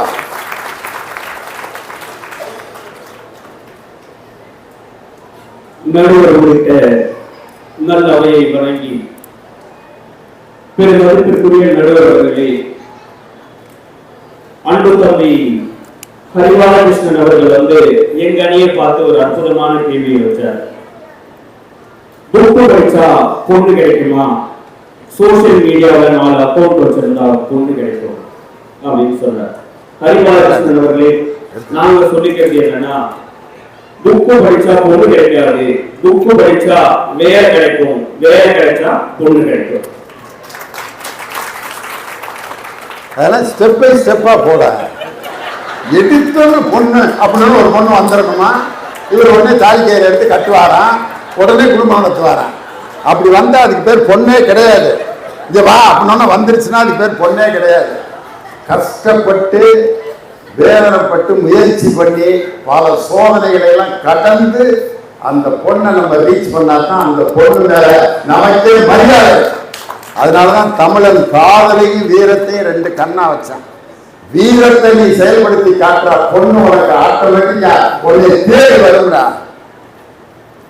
ஹரிபாலகிருஷ்ணா, நோட் திஸ் பாயிண்ட். ஏதோ இந்த பக்கம் போட்டாங்க ஒளிப்பதிவு பண்றதுக்குன்றதுக்காக சமூக வலைத்தளங்கள் பக்கம் தான் போலியே இருக்கு, அப்பதான் எந்த பக்கம் தான் நியாயம் இருக்கு, ஆனா புத்தகம் பார்க்க போலியே கிடையாது அப்படின்னு சொன்னார். என்ன காரணம் தெரியுமா? சமூக வலைத்தளத்தை அதன் புகையிலேயே சந்திக்கக்கூடிய ஆற்றல் புத்தகத்துக்கு இருக்கிறது. புத்தகத்தை சந்திக்கக்கூடிய ஆற்றல் சமூக வலைத்தளத்துக்கு கிடையாது. சார், ரொம்ப புத்தகத்தை படிச்சுக்கிட்டே இருந்தா என்ன நாம சொல்லுவோம்? புத்தக குழு அப்படின்னு சொல்லுவோம். ஏன் புத்தக குழு அப்படின்னு சொல்லுவோம்? புழுக்கு எப்பவுமே ஒரு அழகான தன்மை உண்டு. அது மண்ணுக்குள்ள இருந்து மண்ணை பண்படுத்தி அதை நல்ல விளைச்சலுக்கு உண்டான நிலமாய் மாற்றக்கூடிய தகுதி ஒரு குழுவுக்கு தான் இருக்கும். அதே போல மண்ணை வளப்படுத்துவது அந்த குழு என்றால் புத்தகத்திலேயே ஒருவர் மூழ்கி இருந்தால் அவன் மனதை அது வலுப்படுத்தும் என்கிற காரணத்தினால்தான் புத்தக குழு அப்படின்னு சொன்னாங்க. அறிவாளர்கள் என்கிற குழுவுக்கு இது ஏன் தெரியல அப்படின்றதான். நாங்க 50,000 ஃபாலோ பண்றோம், பொண்ணு கிடைக்க மாட்டேங்குது, கேரளா பொண்ணு என்ன, தமிழ்நாட்டு பொண்ணு என்ன, அதுவும் அவர் கூட பரவாயில்ல, நீங்க ஃபார்வர்ட் மெசேஜ் அவங்களுக்கு சப்போர்ட் பண்ணலாமா? ஒரு அவர் பிள்ளை நான் ஸ்கூலுக்கு போற பிள்ளை அப்படின்னு சொல்லி வாட்ஸ்அப்ல ஷேர் பண்ணிருக்கான். வெள்ளை நிற சட்டை, கருப்பு கலர் ட்ரவுசர் அணிந்திருப்பார், காணாமல் போன டை கட்டி இருந்தார். தயவு செய்து யாராவது என் மகனை கண்டுபிடித்தால் எங்கள் வீட்டிற்கு கொண்டு வந்து சேர்க்கவும் இப்படிக்கே அப்படின்னு போட்டு வீட்டு அட்ரஸோட போட்டு விட்டான். அவன் பையன் ஒரு நாள் கிடைச்சிட்டான். கிடைச்சதுக்கு அப்புறம் 1 மாசம் கழிச்சு அந்த மனுஷனை நான் பார்த்தேன். சார், இப்ப எப்படி உங்க பிள்ளை நல்லா படிக்கிறானா? காணாம போனது பதவிட்டீங்களே, நீங்க அந்த வாசல் தான் உங்களுக்கு கண்டுபிடிச்சு கொடுத்தது, சோசியல் மீடியாவுக்காக நீங்க நன்றி சொல்லணும் அப்படின்னு. நீங்க கிளம்புறீங்க. அதே 1 மாசத்துக்கு முன்னாடி எனக்கு கஷ்டம், இப்ப அவன் ஸ்கூல்ல வந்து விட்டு வந்தா டெய்லி வந்து விட்டு போனா இந்த ஃபாதர் மெசேஜால நாம அவஸ்தை எடுக்கிறாங்க தெரியும். எல்லாத்தையும் ஃபார்வர்ட் பண்ண வேண்டியது. ஆனா ஃபார்வர்ட் பண்றீங்க, அதோட நிறுத்தினா பரவாயில்ல. இத 10 பேருக்கு ஃபார்வர்ட் பண்ணா ஒரு குடும்பத்தை யாருமே நடக்க மாட்டாங்க. இத ஃபார்வர்ட் பண்ணா ஒரு அம்மா மேல ஒரு பாசம் இருக்குன்றான். உண்மையான தெய்வ பக்தி இருந்தா ஷேர் பண்ணுன்றான். இயேசுநாதரோட ஆசீர்வாதம்னா நீ ஷேர் பண்ணுறான். முருகனோட ஆசீர்வாதம்னா ஷேர் பண்ணுறான். முருகனும் இயேசுநாதரும் உட்கார்ந்து யோசிக்கிறாங்க, நாம என்னைக்கு ஷேர் பண்ணுறோம். சமூக வலைதளங்கள் யோசிச்சு பாருங்க. ஒரு காலகட்டத்துல என்ன கொண்டு போய் எங்க அம்மா எங்க சொந்தக்காரங்க முன்னாடி நிறுத்தி என் பிள்ளை அழகா பாட்டு பாடுவான், எங்க அத்தை மாமா முன்னாடி பாடி காட்டு அப்படின்னு சொன்னா நான் பாடுவேன். கைவீசம்மா கைவீசு, கடைக்கு போகலாம் கைவீசு, மிட்டாய் வாங்கலாம் கைவீசு, நான் பாடுவேன். இன்னைக்கு பட்டிமன்றத்துக்கு போயிட்டு ஒரு நாள் வந்தேன். எங்க அக்கா எங்க மாமா எல்லாம் வீட்டுக்கு வந்திருந்தாங்க. நம்ம சொந்தக்காரங்க நம்ம அம்மா பாட வச்சு அழகு பார்த்தாங்க.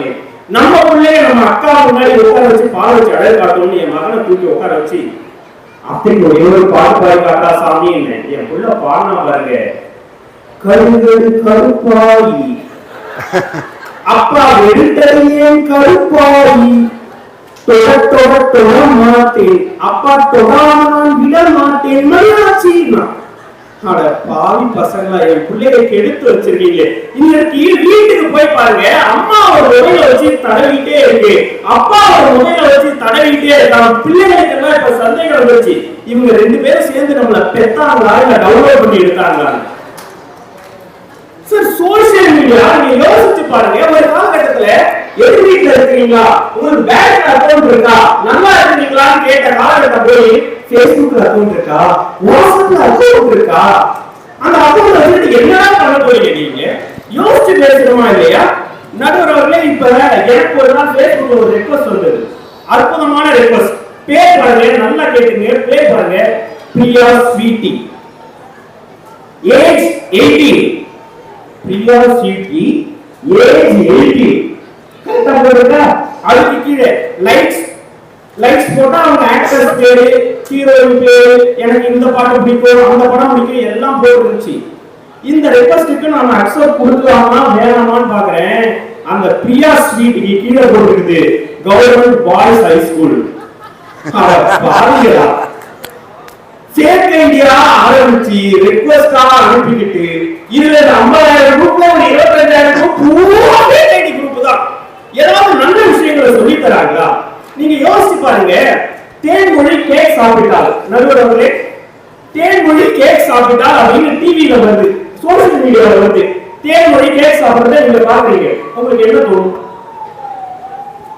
சாப்பிட்டு போகுது, நல்லா சாப்பிடுது, நல்லா கேக்கா இருக்கு, நல்லா இருந்துச்சுன்னா நம்மளும் வாங்கி சாப்பிடுவோம்னு நினைப்போம். நடுவர்களே, சோசியல் மீடியாவுக்கும் புத்தகத்துக்கும் இருக்கிற வித்தியாசமே இதுதான். தேன்மொழி கேக் சாப்பிடறா அப்படின்னு சோசியல் மீடியால ஒரு படத்தோட ஒரு பொண்ணு கேக் சாப்பிடற மாதிரி இருந்துச்சுன்னா அது அதோட முடிஞ்சிருச்சு. ஆனா நீங்க ஒரு புத்தகத்தை எடுக்கிறீங்க, தேன்மொழி கேக் சாப்பிட்டால் அப்படின்னு அதுல எழுதி இருக்கு. அதை நீங்க படிக்கும் போது உங்களுடைய மூளை என்ன செய்யும்? தேன்மொழி அப்படின்ற அந்த பொண்ணுக்கு அழகான ஒரு உருவத்தை கொடுக்கும். அந்த கேக் என்ன கேக்கா இருக்கும் அப்படின்றத உங்க மூளை டிசைன் பண்ணும். அவள் எவ்வளவு அழகா சாப்பிடுறா அப்படின்றத உங்க மூளை முடிவு செய்யும். அவள் அமர்ந்து இருக்கின்ற இடம் கோயிலா, வீடா, ஒரு பார்க்கா அப்படின்றத உங்க மூளை முடிவு செய்யும். சோசியல் மீடியா உங்களுடைய அறிவை மழுங்க செய்கிறது. உங்கள் கற்பனைக்கு அழகான வண்ணத்தை கொடுப்பது புத்தகத்தினுடைய வழி. யோசிச்சு பார்க்கணுமா இல்லையா? சார், ஒரு காலகட்டத்தில் சிறுவர் முறையில் ஒரு புத்தகம் வரும் சார். 6 வித்தியாசம் கண்டுபிடிங்கள் அதுல இருக்கும்.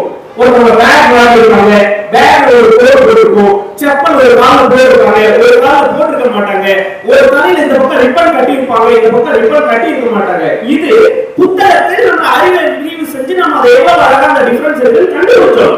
இது புத்தகம் செஞ்சது. இன்னைக்கு சோசியல் மீடியாவை போய் பாருங்க, அதுல ஒரு பொண்ணு ஒரு போட்டோ போட்டுருக்குது. அதே பொண்ணு நீங்க நேர்ல பாருங்க, 6 வித்தியாசம் இல்ல, 60,000 வித்தியாசம் கண்டுபிடிக்கலாம்.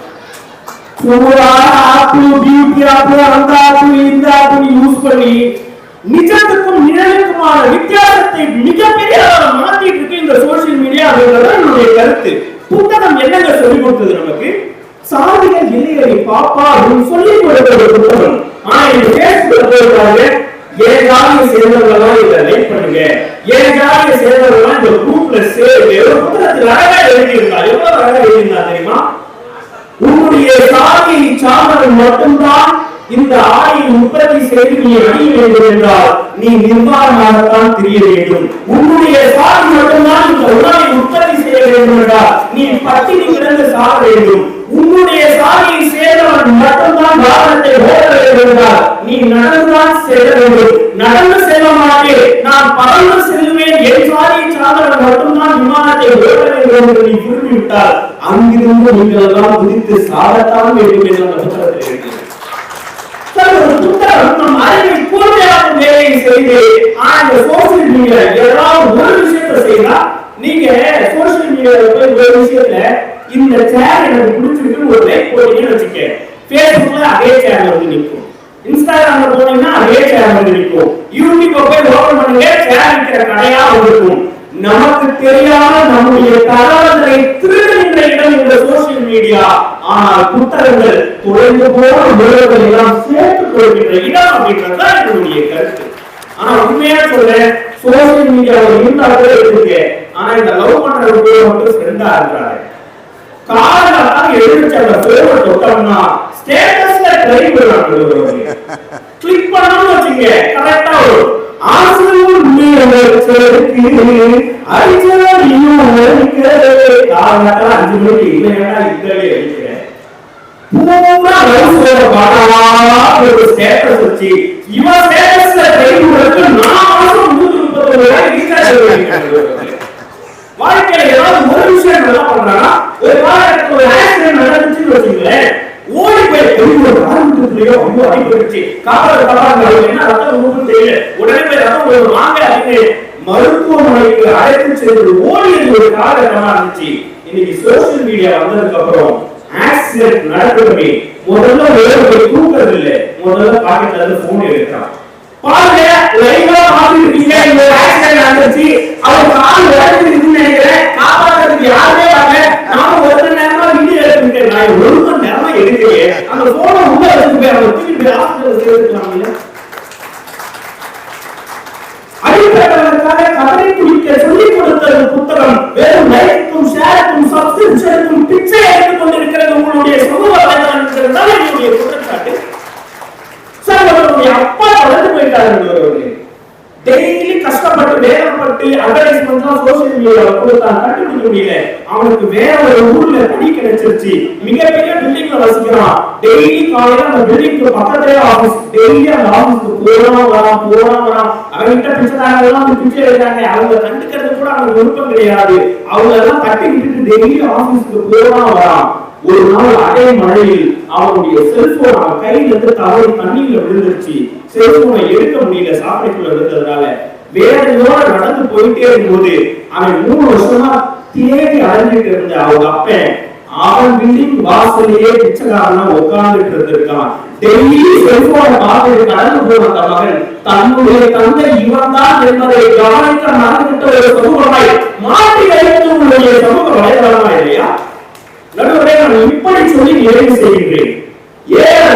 மைக்கேல் ஜாக்சன் கூட ஒரு தடவையாவது சந்திப்பு நிகழணும்னு ஆசைப்பட்டிருக்காரு. மைக்கேல் ஜாக்சனை சந்திக்கணும்னு கேட்டப்போ அவருக்கு அந்த வாய்ப்பு இல்லை. அவர் ஏதாவது சாதிக்கட்டும், நான் ரஹ்மானை சந்திக்கிறேன்னு சொல்லியிருக்காரு. ஒரு நாள் அந்த வாய்ப்பு ரஹ்மானுக்கு கிடைச்சிருக்கு. ரஹ்மான் போய் சந்திச்சுட்டு வந்திருக்காரு.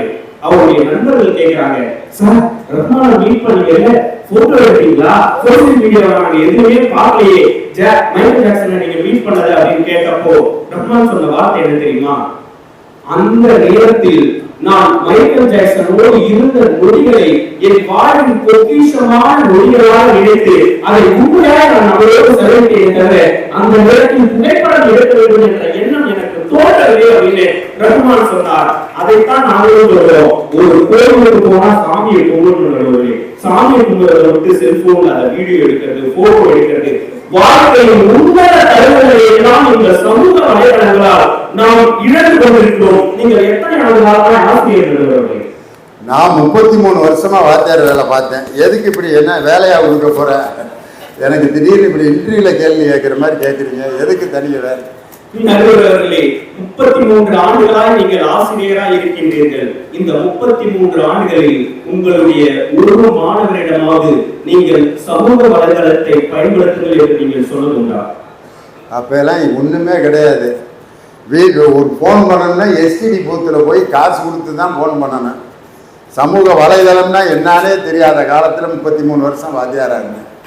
ஒரு மனிதருக்கு ஆக சிறந்த 3 பேர், மாதா பிதா குரு.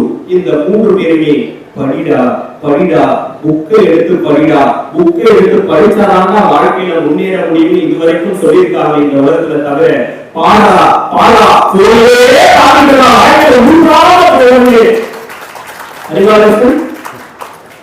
அதனால் புத்தகங்களை பாருங்கள். அதுதான் உங்களுடைய வாழ்க்கையை முன்னேற்ற பாதையில் அழைத்து செல்லும். அதுதான் நமக்கு நல்ல வழி காட்டும் என்று சொல்லி நல்லது பாராட்டுகிறோம்.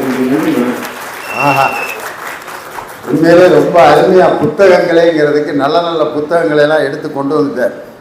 மிக சிறப்பாக இந்த அணி முடிஞ்சிருச்சு. நிறைவாக சமூக வலைதளங்களே என்ற அணியை நிறைவு செய்ய உங்கள் பலத்த ஆரவாரத்துடன் கவிஞர் இனியவன் வருகிறார். வாங்க. நடுவர் உள்ளிட்ட அவைக்கினுடைய பணிவான வணக்கம். முதலாக குரங்குகள் கேரட்டுகளை நிலத்திலிருந்து பிடுங்கி சாப்பிட்டது. ஒரு நாள் அந்த குட்டி குரங்குகளின் கையில் இருந்த கேரட் தண்ணீரை விழுந்துச்சு. தண்ணீரை விழுந்த பிறகு அந்த கேரட் எடுத்து கடிச்சு சாப்பிடுச்சு குட்டி குரங்கு.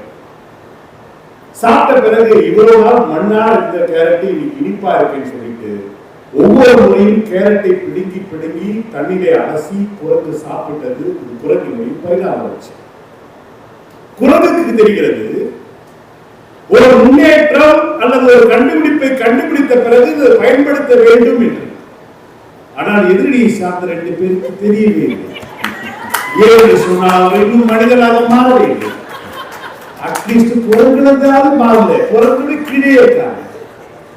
பேராசிரியர் விஜயகுமார் கேட்கிறார், புத்தகங்களை படியுங்கள், புத்தகங்கள் உங்கள் வாழ்க்கை செம்மையாக்கும். நான் கேட்கின்றேன், 2000 ஆண்டுகளுக்கு முன்னால் எழுதிய வள்ளுவன் எழுதினான் கல்லூர் நாமே என்று அதிகாரத்தை எழுதுகிறான். அப்போ புத்தகத்தை கல்லூர் நாமே என்று எழுதுகின்ற வள்ளுவன் அந்த காலத்திலேயே குடிகார பையன் இருந்திருக்கான். ஞாபகம் வச்சுக்கோ, சோசியல் மீடியா கத்து கொடுக்கல. 2000 ஆண்டுகளுக்கு முன்னால் அடுத்தவங்க முன்னாடி தூக்கிட்டு போன ராவணன் இருந்திருக்கிறார். சோசியல் மீடியா சொல்ல அடுத்தவங்க முன்னாடி தூக்கிட்டு போன்னு. நான் இன்னும் சொல்லுகிறேன், 60,000 கொண்டாட்டி கட்டிய தசரதனுக்கு எந்த சோசியல் மீடியா எந்த யூடியூப் சேனல் சொல்லி கொடுத்தது எல்லா பொண்ணையும் உசார் பண்ண சொல்லி யார் இந்த கதை வந்த சார்? இன்னைக்கு ஒரு முதல்ல சக்கரம் கண்டுபிடிக்கப்பட்டது இல்லையா? ஏன் மெக்கானிக்கல் இன்ஜினியர் மட்டும் ரொம்ப விரும்புறாங்க தெரியுங்களா? Mechanical engineer evergreen subject. ஏன்னு சொன்னா சக்கரம் தான் உலகத்தை சுழற்றுகிறது. நீங்க என்ன பாருங்க, எல்லாருக்கும் சக்கரம் இருக்கு. மெக்கானிக்கல் இன்ஜினியர் படிச்சவங்க அவர் பார்த்தீங்களா, காதலிச்சா உட்பட மாட்டீங்க. அவர் லவ் மேரேஜ். நிறைய புக்கு படிச்சவங்க தனிக்கவே நிறைய புக்கு படிச்சு புக்கா கொடுத்து லவ் பண்ணி நீங்க வந்து புலவர வேலையில வந்துட்டு லவ்வே பண்ணாதீங்க, உட்படவே மாட்டீங்க. இவளுக்கு கல்யாணம் ஆகக்கூடாதுன்னு அவனுக்கு வேண்டுதல். புக்கு படிக்க வேண்டியிருக்கான் பார்த்தீங்களா? நம்மளால ஓரளவு ஃபார்வர்ட் பண்ணணும். நடுவர் நான் எனக்கு உள்ள ஒரு ஒற்றுமை என்ன பார்த்தீங்களா? 2 பேரும் ஒரு புலம்புறோம் பார்த்தீங்களா? நீங்க நான் ஒன்று கேட்கிறேன் சார், நடுவர் உங்க வீட்டில் அந்த அலெக்சா இருக்காது அந்த பொண்ணு? ஆமா, எந்த வீட்லயும் இருக்கா? அலெக்சாங்கிறது பொண்ணு இல்ல, மிஷின். அது ஆனா இருக்குடா சார். ஆமா, லேடி வாய்ஸ்ல தான் பேசுறோம். மிஷினுக்கு ஆர்ப சாமினியா பேர் வைக்கல, அலெக்சா ஏன் பொம்பளை பேர் வைக்கலாம்? ஒரு நப்பாச, அதாவது சடாபனா இருக்குது. 25 வருஷம் ஆகும் சார். முன்னாடி ஆனந்தி வாய மூட கூட மாட்டான் சார். எல்லா போனு, ட்ரெயின்ல, விமானத்துல எல்லா அறிவிப்பும் பெண் குரல்ல தானே வருது. எங்கேயாவது ஆம்பளை குரல் இருக்கா போன்ல? நீங்கள் தொடர்பு கொண்டு வாடிக்கையாளர் தொடர்பு இன்னைக்கு வெளியே இருக்கிறாரு. பொம்பளை பிள்ளை தானே பேசுது. என்னை மாதிரி ஒரு ஆம்பளையா பேசினேன். நீங்கள் தொடர்பு கொண்டு வாடிக்கையாளர் தற்சமயம் தொடர்பு வெளியே இருக்கிறார். நீங்கள் சிறிது நேரம் கழித்து அவருக்கு தொடர்பு கொள்ளவும். உங்கள் அழைப்பை அவர் ஏற்கும் நிலையில் இல்லை. அப்படி யாரு? பொம்பளை பிள்ளை தான். ட்ரெயின்லையும் அதுக்கு தான் அறிவிக்கிறீங்க. 12:50 மணிக்கு சேரன் எக்ஸ்பிரஸ் காட்பாடி நிலையத்திற்கு வந்து கொண்டிருக்கிறது. ஏன் பெண் குரலை தேர்ந்தெடுத்திருக்காங்கன்னா அதுதான் தெளிவா இருக்கு. ஆம்பளைய குரல் திடீர்னு கரகரன்னு ஆச்சுன்னா என்ன சொல்றாங்கன்னே புரியாது அப்படின்ட்டு எலக்ட்ரானிக் டிபார்ட்மெண்டே முடிவு பண்ணிருக்கு. பெண் குரலில் தான் பொது அறிவிப்புகள் வர வேண்டும். நீங்க இந்த லிப்ட்ல போனீங்க வச்சுங்களேன், அந்த பொண்ணு சொல்றது தயவு செய்து கதவை ராத்திரி எங்க வீட்டுக்காரர் கதவை முடிக்க பாரு நல்லா தப்பா போட்டுருக்கேன். நான் அப்ப நினைச்சுக்கிட்டேன் அந்த பொண்ணையை கட்டிக்கலாம்.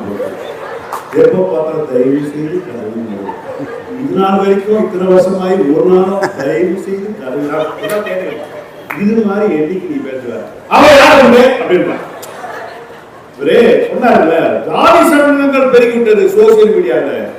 நான் படிவன்போடு கேட்கின்றேன், நாம படிக்கிற புத்தகம் இருக்குல்ல, 1ஆம் கிளாஸ் புத்தகம் 12 வருஷம் படிக்கிறார் சார் ஸ்கூல்ல. 12 × 365 பெருக்கெட்டு 4500 நாள் வரும். இந்த 4500 நாட்கள்ல புத்தகத்துல அரசாங்கம் போட்டுக்கிற முதல் பக்கத்துல முதல் பேர் என்ன போட்டுருக்கா? தீண்டாமை ஒரு பாவ செயல், தீண்டாமை ஒரு பெருங்குற்றம், தீண்டாமை மனிதத்தன்மையற்ற செயல் சொன்ன படிச்ச 4500 நாள் படித்தவன் தான் மனிதர்கள் குடிக்கின்ற தண்ணீர்ல போய் மரத்தை கலக்கிறனா புத்தகங்கள் இன்னும் போதிக்க வேண்டியது நிறைய இருக்கிறது. அதான் என்னுடைய குற்றச்சாட்டு. உனக்கு உன் பிள்ளைய பத்தி தெரியல. அவன் என்ன சொன்னா, கருகரு கருப்பாயி நீ வெளுத்தது ஏன் கருப்பாயின்னு அத்தைய பார்த்து கேட்கிறவ உனக்கு கொஞ்சமா யோசிக்கிறா? உனக்கு உன் தங்கச்சிக்கு மேல இல்லாத அக்கறை உன் குழந்தைக்கு அத்தை மேல அக்கறை சார். அத்தை கருகரு இருந்தாங்க, வெளுத்தாம ஏதோ ரத்த சோளம் வந்துச்சு போடுறது, ரத்தத்துல ஹீமோகுளோபின் கம்மியாயிடுச்சு அப்படின்ற ஒரு காரணத்தால அத்தையை விசாரிக்கிறான். அப்ப அடுத்தது என்ன கேட்டா, தொட மாட்டேன், அத்தையே வந்து என் பொண்ணை கட்டிக்க சொன்னாலும் தொட மாட்டேன், ஆனா அத்தை உன் பொண்ணை தொட்டு நான் எப்பவுமே விட மாட்டேன்ற ஒரு நல்ல அவ எப்படி பாடுறான்? என்னையா நீங்க? நான் ஒண்ணு கேட்கிறேங்க, எனக்கு குழந்தை பிறந்த போது எங்க ஊர் கவர்மெண்ட் ஹாஸ்பிட்டல்ல இந்த ஆயா ஒண்ணு இருந்தது. அது கேட்க ரேட்டை வச்சு உள்ள பொம்பளை பிள்ளை அவனுக்கு கேட்க தெரியும். 50 ரூபா போனா பொம்பளை பிள்ளை, 200 ரூபா கொடுத்தா ஆம்பளை பிள்ளை. இன்னைக்கு எவனும் கவலைப்படுறதே கிடையாது. ஏன்னா டிஜிட்டல் டிஸ்பிளே வந்தது சார். இன்னைக்கு எல்லா ஹாஸ்பிட்டல்லையும் பர்த் சர்டிபிகேட் போய் நான் யார் கையிலும் காரணம் விட வேண்டிய அவசியம் கிடையாது. சென்னை மாநகராட்சி டெத் சர்டிபிகேட் பர்த் சர்டிபிகேட் தட்ட உடனே ஏன் பிள்ளை என்னைக்கு பிறந்தான், எப்போ பிறந்தான், 2000 பிறந்தான், இன்னைக்கு நான் எடுக்கிறேன். எங்க அப்பாவோட பர்த் சர்டிபிகேட் நான் எடுக்கிறேன், என்னோட பர்த் சர்டிபிகேட் நான் எடுக்கிறேன், எங்க அப்பாவோட இறப்பு சான்று நான் எடுக்கிறேன். நான் எவரையும் போய் கை கட்டி ஐயா கொடுங்க என்று கேட்கக்கூடிய நிலைமை இன்றைக்கு இல்லை. சமூக மாற்றி இருக்கிறது. நான் என்ன சொல்றேன், ஒரு காலத்துல நான் சின்ன பிள்ளையா ரேஷன் கடைக்கு போவேன் சார். போவோம், ரேஷன் கடைக்காரர் என்ன சொல்றாரு, அது அரிசியில காட்டி ஆயிடுச்சு, மாமா எல்லாம் வரல, கோதுமை தீர்ந்து போச்சு, இன்னும் நான் கதை விடணும் அவ்வளவு சொல்லுவாரு. இன்னைக்கு தமிழ்நாடுல TNEPDS ஒரு வெப்சைட் இருக்கு, ஒரு ஆப் இருக்கு. நீ தட்டிட்டு உங்க ரேஷன் கார்டு நம்பரை தட்டான்னு வச்சுங்களேன், அவங்க கடைக்குள்ள எவ்வளவு வச்சு வச்சுக்கிறான்னு எல்லாரும் வந்துருக்கு. அன்னைக்கு போய் ஆயா சொல்லுது, சக்கரை கிரா இல்ல ஜவர் உள்ள பெரிய எடுத்து ஒழுங்கா போய் இல்லைன்னா அந்த ஆப் ஒரு பெரிய ஆப்புன்னு தெரியுமா? ஏன் ஆப்புன்னு வச்சான்னா, அது அரசு ஊழியருக்கு ஏமாத்துற எவனா இருக்கானோ அவனுக்கு ஆப் வைக்கிறதுக்காக வச்சிருக்கான். அதை ஒரு பட்டன் வச்சிருக்கான். நேரடியாக முதலமைச்சர் தொடர்புல இதை அமுக்கவும், அந்த கிழவி அந்த கையை உதவினே போகுது. அது போட்ட புரியுதுங்களா? நான் சாதி சான்றிதழ் வாங்குவதற்கு 6 மாசம் ஆச்சு சார். இன்னைக்கு 3 நாள் 5 நாள்ல சேவைன்னு போய் நான் தட்டவன வந்துடுது.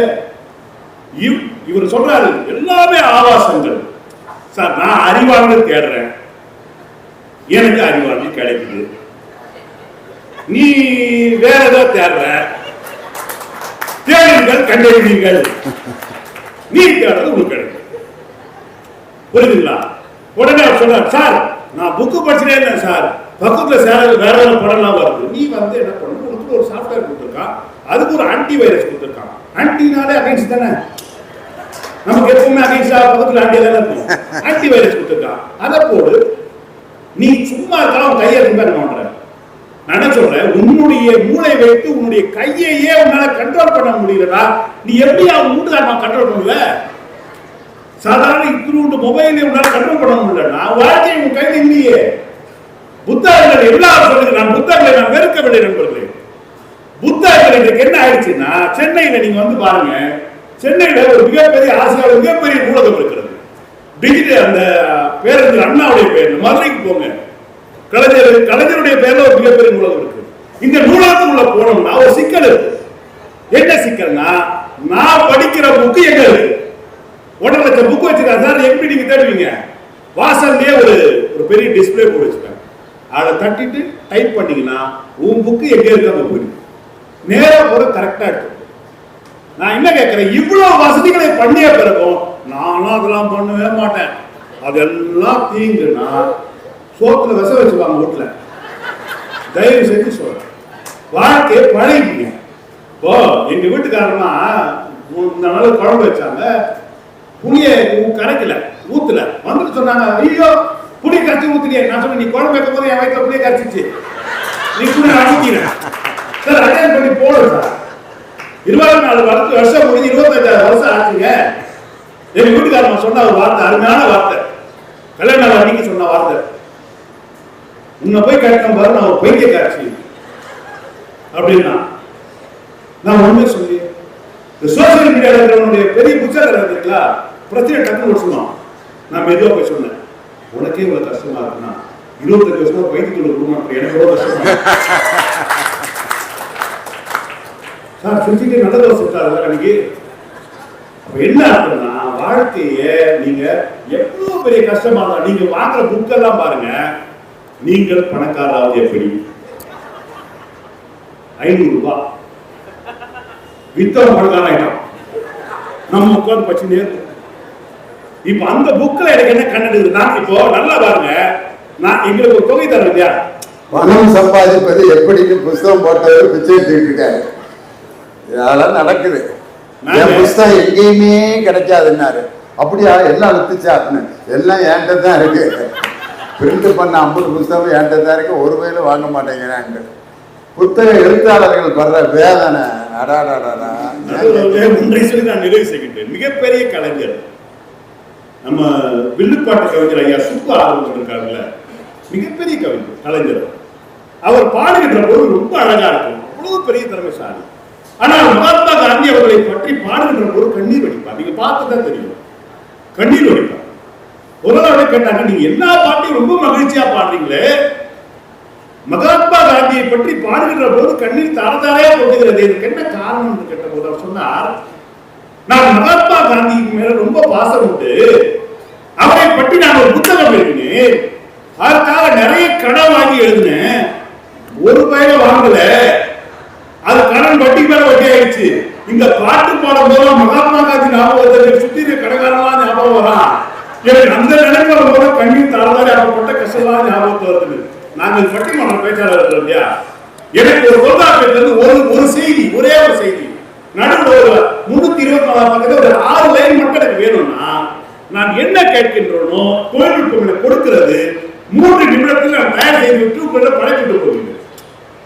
ஆனா நீங்க என்ன சொல்றீங்க, எல்லாத்தையும் படிங்க. நான் படிக்கிறேன், நான் ஒரு புத்தகத்தை இவ்வளவு பெரிய புத்தகத்தை படிச்சேங்க, படிச்சு கொடுத்த உடனே என்னோட அலுவலகத்துக்கு நண்பர் கேட்டாரு, அண்ணா இவ்வளவு பெரிய புத்தகத்தை படிச்சு முடிச்சிட்டீங்க, இந்த வரக்கூடிய பட்டிமன்றத்தை இவ்வளவு பேசுவீங்களா? இந்த புத்தகத்தை படித்த பிறகு எனக்கு ஒரே ஒரு பாயிண்ட் தான் கிடைச்சது, சத்தியம். அப்போ நான் தேடுவதை எளிமையாக்கி இருக்கிறது, இன்னும் சொல்லப்போனால் துல்லியமாக்கி இருக்கிறது, இன்னும் சொல்லப்போனால் வெளிப்படையாக இருக்கிறது, இன்னும் சொல்லப்போனால் நண்பகத்தன்மையாக இருக்கிறது. நிறைய பிரச்சனைகள் இருக்கலாம், ஆனால் இதே வைத்து ஒரு சொல்லி நிறைவு செய்கின்றேன். உங்களுக்கு பிரியாணி வந்துருச்சு, பிரியாணி மட்டன் பிரியாணியில ஒரு எலும்பு துண்டு வந்துருச்சுன்னா தட்டி தட்டி உரிய தெரிந்த உனக்கு செல்போன் சமூக வலைத்தளங்களில் தேவையில்லை என்று தள்ளி விடுவதற்கான தைரியம் இல்லை என்று சொன்னால் குற்றவாளி நீயா, சமூக வலைதள என்பதை நீ முடிவு செய்து கொள்கிறேன் என்று கூறி நடுவர்களுக்கு நன்றி கொள்கிறேன். நன்றி, வணக்கம். 4 பேர் ரொம்ப அருமையா பேசிட்டாங்க, ரொம்ப சந்தோஷமா இருக்கு. ஆரம்பத்தில் அவ்வளோ அருமையான கூட்டம் கூடி இப்போ கிட்டத்தட்ட ஒரு 1.25 மணி நேரம் ஆகிப்போச்சு. எங்கடா ஒரு 10 பேர் எந்திரிச்சிருவாங்க, நம்ம அதிகாரிகள்கிட்ட சொல்லிட்டு சார் முடிச்சிடலாம் அப்படின்னு நினச்சிக்கிட்டு இருந்தேன் நான். நீங்கள் என்னடான்னா இப்போ பட்டிமன்ற தலைப்பு மாறிடுச்சு, வேலூரா திண்டுக்கல்லான்னு. உங்களை தப்பாக கணக்கு போட்ட திண்டுக்கல் தான் தோல்வி அடைஞ்சிருச்சு, வெற்றி எங்கள் வேலூர் நகரத்திலே ரசிக பெருமக்கள் தான்.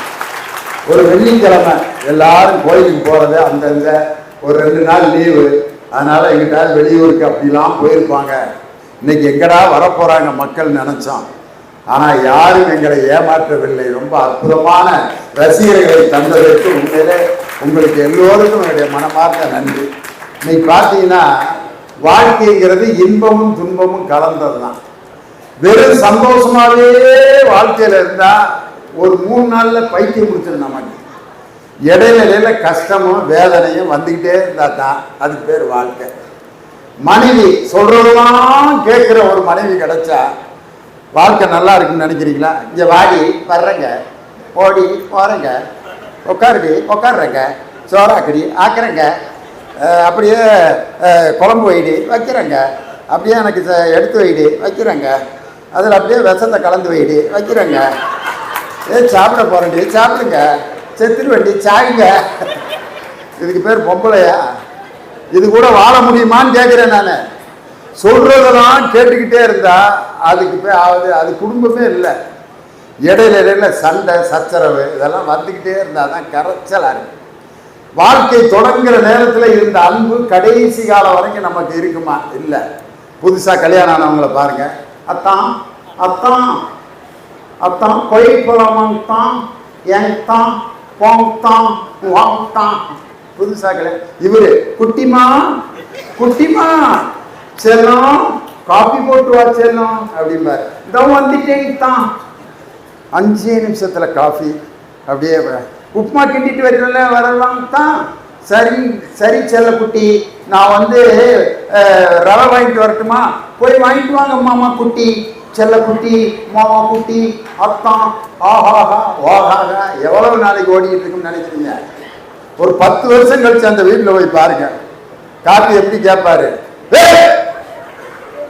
காப்பியா கொண்டாடி யாரா அப்படி கத்துற, ஏன் இப்படி துறக்குற? என்ன அமைதியா பேசு, என்ன அவரைக்கு அமைதியா வேற பேசணும். ஒரு 15 வருஷம் கழிச்சு அந்த வீட்டில் போய் பாருங்க, டே உங்க அம்மாட்ட நான் காப்பி கேட்டேன்னு போய் காடுறா அப்படின்னு. அவன் நீயே போய் கேடு அப்படின்னா. வீடுன்னா அப்படித்தான் இருக்கான். இப்போ உங்களுக்குலாம் என்ன சந்தேகம்னா, உங்க வீட்டில் நீ எப்படியா காப்பி கேட்கிற யோசிச்சுட்டு இருப்பீங்க கண்டிப்பா. நாங்க எப்படியோ எடுத்துட்டு போறோம், நீ எப்படி? எங்க வீட்டுலாம் வசனமே கிடையாது.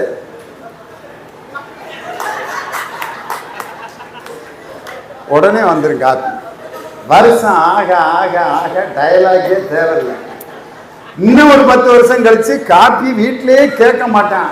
5:30 மணிக்கு எந்திரிச்சு டீ கடைக்கு வந்துடலாம். இந்த காலையில 6:30 காப்பி கடையில் குடிக்கிற கம்பெனி பூரா நொந்து நூறுச்சான பொருள். அவங்கள்ட்ட நீங்க விசாரிங்க, வீட்டுல காப்பி அதை பார்த்தே 15 வருஷம். வீடுன்னா கஷ்டம் இருக்கத்தான் செய்யும். மனிதன் எல்லாருமே நல்லவனே கிடையாது. 100% நல்லவனை நீங்க எங்கேயுமே தேட முடியாது. சுத்தமான தண்ணியில உயிரினங்கள் வாழவே வாழாது. அசுத்தமான தண்ணியில தான் உயிரினங்களே வாழும். ஹியூமன் ஈஸ் டு எரர் சொன்னது யாரு? ஷேக்ஸ்பியர். தவறு செய்வதற்காகவே படைக்கப்பட்டவன் தான் மனிதன் அப்படின்னு. அந்த தவறுகளோட அவங்களை ஏத்துக்கணும். அதுதான் இன்னைக்கு வீடுகளில் எல்லாரும் அவங்க நினைச்ச மாதிரி ஒரு கணவனோ அவங்க நினைச்ச மாதிரி ஒரு மனைவியோ இன்னைக்கு இருக்கா? கால மாற்றம். ஒரு 50 ஆண்டுகளுக்கு முன்னாடி இருந்த வாழ்க்கையை இன்னைக்கு நம்ம நினைச்சு கூட பார்க்க முடியாது. எங்க தாத்தாவுக்கும் பாட்டிக்கும் 16 பிள்ளைய எப்படித்தான் பெத்தாரோ, பகல் முழுவதும் சண்டை போட்டுக்கிட்டே தான் இருந்தாங்க. ஆனா 16 பிள்ளை எப்படி தாத்தான்னு கேட்டா எல்லாம் ஆண்டையும் பார்த்து கொடுத்ததாங்கிறாரு. ஆண்டவனா கொடுத்தாரு 16 பிள்ளை. எங்க பாட்டியை கேட்டா பூரா நான் பெத்ததுரா, கடையிலே வாங்க முடியாது. வஞ்சம் இல்லாம வாழ்ந்திருக்காங்க. இன்னைக்கெல்லாம் 1 புள்ள 2 பிள்ளைக்கு படுற பாடு. செயற்கை கருத்தரித்தல் மையம். ஒரு 50 வருஷத்துக்கு முன்னாடி எங்க தாத்தா பாட்டி காலத்தில் இப்படி ஒரு ஆஸ்பத்திரி இருந்துச்சா? இல்ல. Artificial fertilisation centre. கல்யாணம் முடிஞ்சு 6 மாசத்துல போய் செயற்கை கருத்தரித்தல்ல குழந்தை பெக்குது. தாயே இல்லாம வாடகை தாயில 2 பிள்ளை பெற்றிருக்கு ஒரு அம்மா. இதெல்லாம் ஒரு 50 ஆண்டுகளுக்கு முன்னாடி நடந்துச்சா? இன்னைக்கு கொரோனா காலத்துல ஆன்லைன் கிளாஸ். என் பேரனும் பேத்தியும் ஆன்லைன் கிளாஸ் அட்டன் பண்றேன். என் பேரனும் பேத்தியும் பக்கத்து ரூம்ல கிளாஸ் அட்டன் பண்ணிக்கிட்டு இருக்காங்க. மிஸ் பாடம் நடத்திட்டு இருக்கு. போன்ல முன்னாடி வச்சிருக்கான், Riya Riya roses, Riya Riya roses, packet ஃபுல்லா பாய்சஸ். ஏன்னா மிஸ் மொபைல்ல இருக்கு, எப்படி வேணாலும் உட்காந்துக்கலாம். மிஸ் கிட்ட கொக்காடி காட்டுறான், அப்படியே அந்த இவன் நடக்கிறது அங்கே தெரிய மாட்டேங்குது. அந்த அம்மா வாட்டுக்கு பாடம் நடத்திட்டு இருக்கு. எழுந்திரிச்சு வெளியே போறேன், டான்ஸ் ஆடுறான் மிஸ்ஸுக்கு முன்னாடியே. திடீர்னு பார்த்தா ரியா ரியா ரோசஸ் மாறி வேற சத்தம் கேட்டுச்சு. அவங்க பாடம் நடந்த இது கிளாஸ் அட்டன் பண்ணிட்டு இருக்க ரூம்ல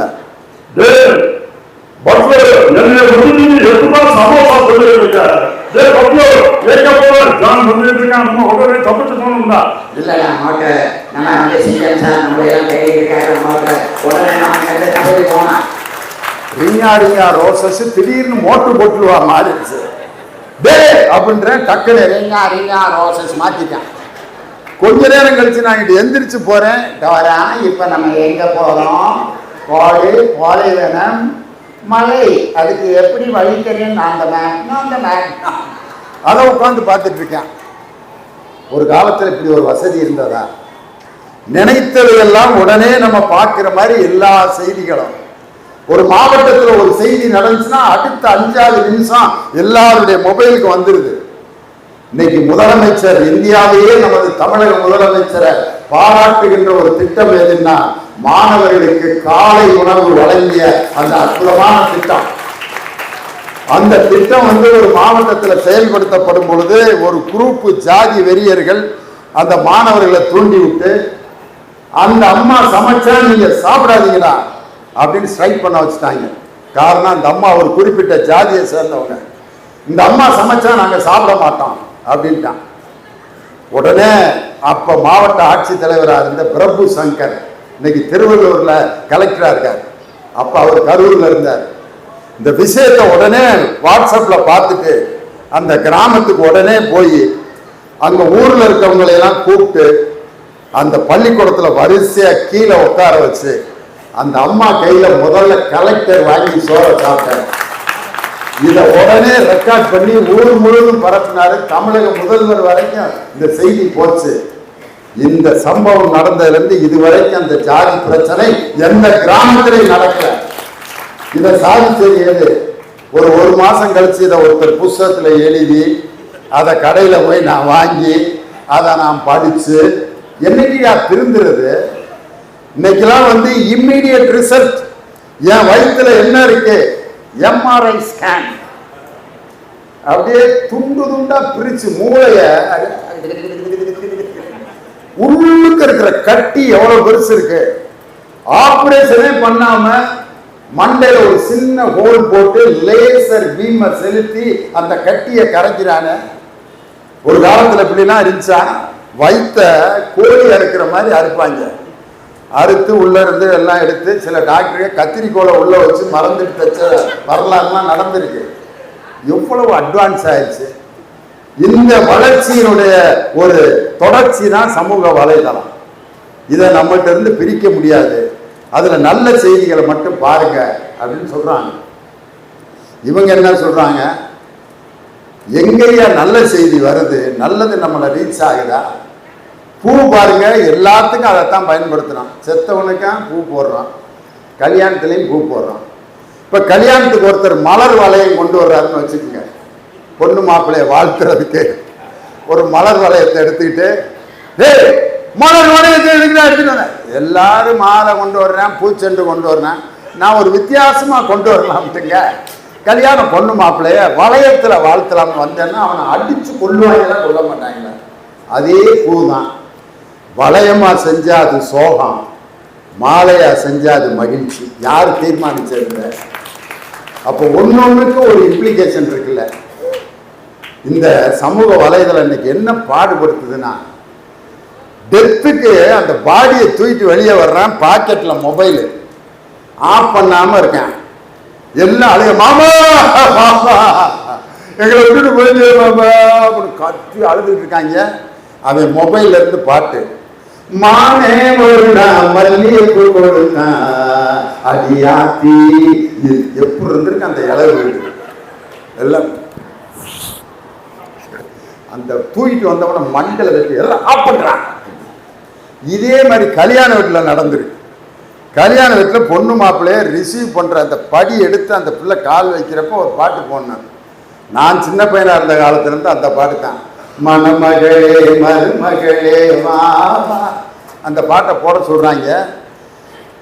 அந்த மைசூரிக்காரன் என்ன மூணுல இருந்தானோ ஏதோ ஒரு சீடி எடுத்து போட்டான். பொண்ணு கால் எடுத்து படியில வைக்கிறப்ப பாட்டு, எட்டடுக்கு மாளிகையில் ஏற்றி வைத்ததின் தலைவன் விட்டு விட்டு சென்றானடி. அந்த நிலைமையை யோசனை பண்ணி பாருங்க.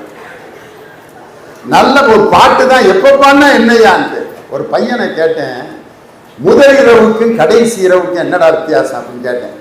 முதல் இரவு வாழ்க்கையின் தொடக்கம், கடைசி இரவு வாழ்க்கையின் முடிவு அப்படின்னா. இன்னும் சில வேறுபாடுகளை சொல்றான்னா, ஒரு வேறுபாடு சொன்னா பாருங்க. பூவை நம்ம போட்டு அது மேல படுத்தோம்னா முதலிரவு, நம்மளை படுக்க போட்டு பூவை நம்ம மேல போட்டாங்கன்னா அது கடைசி இரவு. இந்த கற்பனை எவனாவது யோசிக்க முடியுமா? யாரு எவ்வளவு ஒரு நுட்பமான விஷயத்தை எவ்வளவு எளிமையா சொல்லிட்டான் பார்த்தீங்களா? ஒரு காலத்துல பொன்னியின் செல்வன், கடல் புறா, அது இதுன்னு ஒரு 15 வால்யூம் உள்ள நாவல்களை நம்ம படிச்சுட்டு இருந்தோம். இன்னைக்கு ஒரு சின்ன புத்தகம் எவ்வளவு பெரிய மாற்றத்தை உண்டாக்குது தெரியுமா? ஒரு பையன் ஒரு சின்ன கதை எழுதியிருக்கான் ஒரு புத்தகத்துல, புண்ணியம் அந்த கதை பேர். ஒரு பெரிய பணக்காரர் அன்னதானம் கொடுத்துட்டு இருக்காரு. 1 லட்சம் ரூபாய் செலவழிச்சு 1000 பேர் சாப்பிட்டு இருக்கான். ஒரு பசியா இருக்கிற ஒரு பெண் குழந்தை அந்த சோறு கொஞ்சம் வாங்கி அந்த அன்னதானத்தை வாங்கி சாப்பிட்றதுக்கு இப்படியே வருது. அந்த சோத்தை வாங்கிட்டு இப்படியே வருது. ஒரு கை கால் விளங்காத ஒரு வயசான ஒரு மரத்தடியில் உட்கார்ந்து அவரால் போய் அன்னதானம் வாங்க முடியல, எந்திரிக்க முடியல. அந்த சின்ன குழந்தைய பார்த்து கேட்கிறாரு, என்னையால எந்திரிக்க முடியலப்பா, சோறு தீர்ந்துருச்சு சாமி, பசிக்குதுங்குது. தனக்கு பசிக்கு வாங்கின அந்த சாப்பாட்டை அந்த கைகால் விளங்காத அந்த பிச்சைக்காரருக்கு அந்த குழந்தை கொடுக்குது. அப்ப அந்த கைகால் விளங்காத பிச்சைக்காரர் ஒரு வார்த்தை சொல்றாரு, கோடிய புண்ணியம் உனக்குடா தாயி அப்படிங்கிறார். 1 லட்சம் ரூபாய் செலவழிச்சு அவன் கொடுத்த அன்னதானத்தை விட தனக்கு கிடைச்ச சோறை இன்னொருத்தனுக்கு கொடுத்தாப்பா, அதுதான்டா உண்மையான புண்ணியம் அப்படின்னு ஒரு கதை எழுதிக்காம பாருங்க. இந்த கதை வாழ்க்கைக்கு வழிகாட்டும். கவிஞர் கந்தர்வன் ஒரு கதை எழுதினார், நான் அந்த கதை பேர். அந்த கதை என்னன்னா, அவர் ஒரு ட்ரெஷரி ஆபீசர், கவிஞர் கந்தர்வன், புதுக்கோட்டைக்காரர். அவர் ட்ரெஷரியில வெளியில டீ குடிச்சுக்கிட்டு இருக்கப்போ ஒரு வயசான தம்பதி பென்ஷன் வாங்குறதுக்கு வர்றாங்க. அதுல அந்த வயசானவர் திடீர்னு படியில ஏறினவர் மயக்கம் போட்டு பொத்துன்னு விழுந்துட்டார். உடனே கந்தர்வன் ட்ரெஷரி ஆபீசரை அந்த பெரியவரை கூட்டிட்டு போய், அப்போ புதுக்கோட்டையில் ஆஸ்பத்திரி கிடையாது, பெரிய ஆஸ்பத்திரி, தஞ்சாவூர் மெடிக்கல் காலேஜ் ஆஸ்பத்திரியில் கொண்டு போய் அவரை சேர்த்து, அவருக்கு ரத்தம் நிறைய வேஸ்ட் ஆயிடுச்சு, ரத்தம் கொடுங்க அப்படின்னு கந்தர்வன் எழுத்தாளரே ரத்தம் கொடுத்துட்டு பெரிய பெருமையோடு அப்படியே வந்தார். அப்பா, ஒருத்தருக்கு நல்ல உதவி செஞ்சிட்டோம்டா அப்படின்ட்டு வெளியில வர்றாரு. ரொம்ப அசதியாக இருக்கும். காலையில் ஒரு 6:30 மணிக்கு அந்த ஆரஞ்சு பழ கடை வச்சிருக்கவன் அப்படியே அடுக்கு துணியை போட்டு தூங்கிட்டு இருக்கான். அவனை எழுப்புறாரு, தம்பி ஒரு ஆரஞ்சு ஜூஸ் போட்டு தரியா? ஐயா போட்டு தர்றேங்க அப்படின்ட்டு ஆரஞ்சு ஜூஸை போட்டு, என்ன சாமி அசதியா இருக்க அப்படின்னு கேட்டிருக்கான். ரத்தம் கொடுத்துட்டு வந்தேன் அப்படின்னோன்னா ஜூஸை இன்னும் நல்ல திக்கா தண்ணி கலக்காம போட்டு கொடுத்துட்டு, எவ்வளவுதா தம்பின்னு கேட்குறாரு. போட்டிருக்கிறதுக்கு சட்டை கூட இல்லாமல் அழுக்கு துணியை போட்டு தூங்கிட்டு இருக்க பையன் ரத்தம் கொடுக்குறவங்கள்ட்ட நான் காசு வாங்குறது இல்லைன்னு சொல்லி அந்த கந்தர்வன் அப்படியே பூரிச்சு போயிட்டாரு. ஏதோ நம்ம தான் பெரிய உதவி செஞ்சோம்னு மப்புல இருந்தான். எனக்கு நீ பாடம் கற்பிச்சடா டே, உண்மையிலே நீ தாண்டா மனுஷன் சொல்லி நான் அப்படின்னு ஒரு கதை எழுதிட்டேன். இப்படிப்பட்ட கதைகளை எல்லாம் நீங்க தொடர்ந்து படிக்க படிக்க படிக்க படிக்கத்தான் உங்களுடைய அறிவு மேலும் மேலும் மேலும் மேலும் விரிவடையும். நாட்டினுடைய பெரிய மாற்றங்களை எல்லாம் உருவாக்கியது புத்தகங்கள் தான். ஜவஹர்லால் நேரு எழுதிய டிஸ்கவரி ஆஃப் இந்தியா, இந்தியாவை உலக புகழ் பெற வைத்த ஒரு அற்புதமான புத்தகம். ஜவஹர்லால் நேரு தன் மகள் இந்திரா பிரியதர்சினிக்கு எழுதிய கடிதங்கள் தான் இந்தியாவின் இரும்பு பெண்மணியான பிரதமர் இந்திரா காந்தியை உருவாக்கியது. அவர் தன் மகளுக்கு எழுதிய கடிதம். நான் எழுதின ஒரு புத்தகம் வளர்ந்த கதை சொல்ல வாழ்ந்து இப்ப இந்த புத்தக கடையில கிடைக்கும். அதுல என்னுடைய வாழ்க்கையில நடந்த சம்பவங்களை எல்லாம் எழுதியிருக்கேன். அதுல ஒரு சம்பவம் நீங்க கேட்டீங்கன்னா அவ்வளவு சந்தோஷப்படுவீங்க. நான் வாத்தியாரா இருக்கிறப்ப என்னுடைய பையங்களுக்கு நாடகம் போட்டோம். நான் வேலை செஞ்சது பாய்ஸ் ஸ்கூல். பாஞ்சாலி சபதம் நாடகம் போடணும். பையங்களை பொம்பளை வேஷம் போட்டு சௌரி முடியெல்லாம் வச்சு தைச்சு சேலையெல்லாம் முடுத்தி எல்லாம் போட்டு துச்சாதனா ஒரு பையனை நடிக்க வச்சு துகில் ஊறிற காட்சி. அந்த பக்கம் பாஞ்சாலி சபதம் கவிதையை நான் சொல்லிட்டு இருப்பேன். உருவுற மாதிரி நடிடா, இழுத்துறாத கோபத்தில் அப்படின்னு சொன்னேன். சரிங்க சார், நீங்கள் அந்த பக்கம் சேலையை சப்ளை பண்ணிக்கிட்டே இருங்க, நான் இழுக்கிற மாதிரி நடிக்கிறேன்னு நடிச்சுக்கிட்டு இருந்தான். விசில் அடிச்சாச்சு, எஸ் ஸ்டார்ட் அப்படின்னா அந்த 2 வயது எளிமைன்னு எனக்கு தெரியாது. துச்சா நான் நடிக்கிறவன் திரௌபதியா நடிக்கிற பயல நீ மேடையில பாடுறா ஒன்னே நான் என்ன பண்றேன்ட்டு சேலையை கையோடு எடுத்துட்டு போயிட்டேன். அந்த பாஞ்சாலியா நடிக்கிற பய டவுசரோட நின்றுட்டு இருக்கேன். அந்த பய என்ன பாடுபட்டிருப்பேன். அப்போ ஒரு டயலாக் அடிச்சான் பாருங்க, கண்ணா அன்று பாஞ்சாலிக்கு சேலையை கொடுத்து மானத்தை காப்பாற்றினாய், இன்று எனக்கு டவுசரை கொடுத்து மானத்தை காப்பாற்றிய கண்ணா நீ யூ ஆர் கிரேட்னா அந்த பயலை தூக்கி முத்தம் கொடுத்தேன். இதுல இருந்து இந்த புத்தகத்துல நான் கீழே என்ன வரி எழுதியிருக்கேன் தெரியுமா? கஷ்டம் சோதனைகள் வரும்பொழுதுதான் ஒரு மனிதனுக்கு அறிவு மிக அற்புதமாக வேலை செய்யும். கலைஞருடைய நெஞ்சுக்கு நீதியை படிச்சீங்கன்னா அவர் வாழ்க்கையில வேதனையோடு எழுதிய செய்திகள் தான் இன்னைக்கு வாழ்க்கையினுடைய பாடமாக இன்னைக்கு எல்லாருக்கும் இருக்கு. அண்ணல் காந்தி அவர் பட்ட வேதனைகளையும் அவமானங்களையும் சத்திய சோதனை என்ற புத்தகத்தில் எழுதியிருக்கிறார். அதுதான் இந்தியாவுடைய வரலாற்றை மாற்றிய புத்தகம். வால்டர் ரூசோ அவர்கள் எழுதிய ஒரு புத்தகம் தான் பிரெஞ்சு புரட்சிக்கு காரணமாக இருந்தது. அதனாலதான் எழுதினாங்க, the power not begins from the barrel, the power begins from the ballot அப்படின்னு எழுதினாங்க. துப்பாக்கி முனையிலிருந்து சக்தி பிறப்பதில்லை, பேராமுனையிலிருந்து தான் சக்தி பிறக்கிறது. அந்த பேராமுனையில் உருவாக்கப்பட்ட இந்த புத்தகங்கள் தான் உலகத்தை மாற்றுகின்ற அதிசயத்தை கொண்டு வருவதே ஒழிய சமூக வலைதளங்கள் செய்திகளை பரிமாறுவதற்கும் மகிழ்ச்சிக்கும் மற்றவர்களின் மனதை புண்படுத்துகின்ற ஊடக கொலைகளை செய்வதற்கும் தான் இன்று பயன்பட்டுக் கொண்டிருக்கிறதை ஒழிய ஒரு புத்தகம் எவனையும் கெடுத்ததாக வரலாறே இல்லை. அப்படிப்பட்ட புத்தகங்களை நேசிப்போம், வாசிப்போம், சுவாசிப்போம், வாழ்க்கையில் வெற்றி பெறுவோம் என்று சொல்லி இந்த வேலூர் புத்தக திருவிழாவை நடத்தி கொண்டிருக்கக்கூடிய வேலூர் மாவட்ட நிர்வாகத்திற்கும் மாவட்ட ஆட்சித்தலைவருக்கும் என்னுடைய சிறப்பான நன்றியை சொல்லி உங்களிடமிருந்து விடைபெறுகிறேன். நன்றி, வணக்கம்.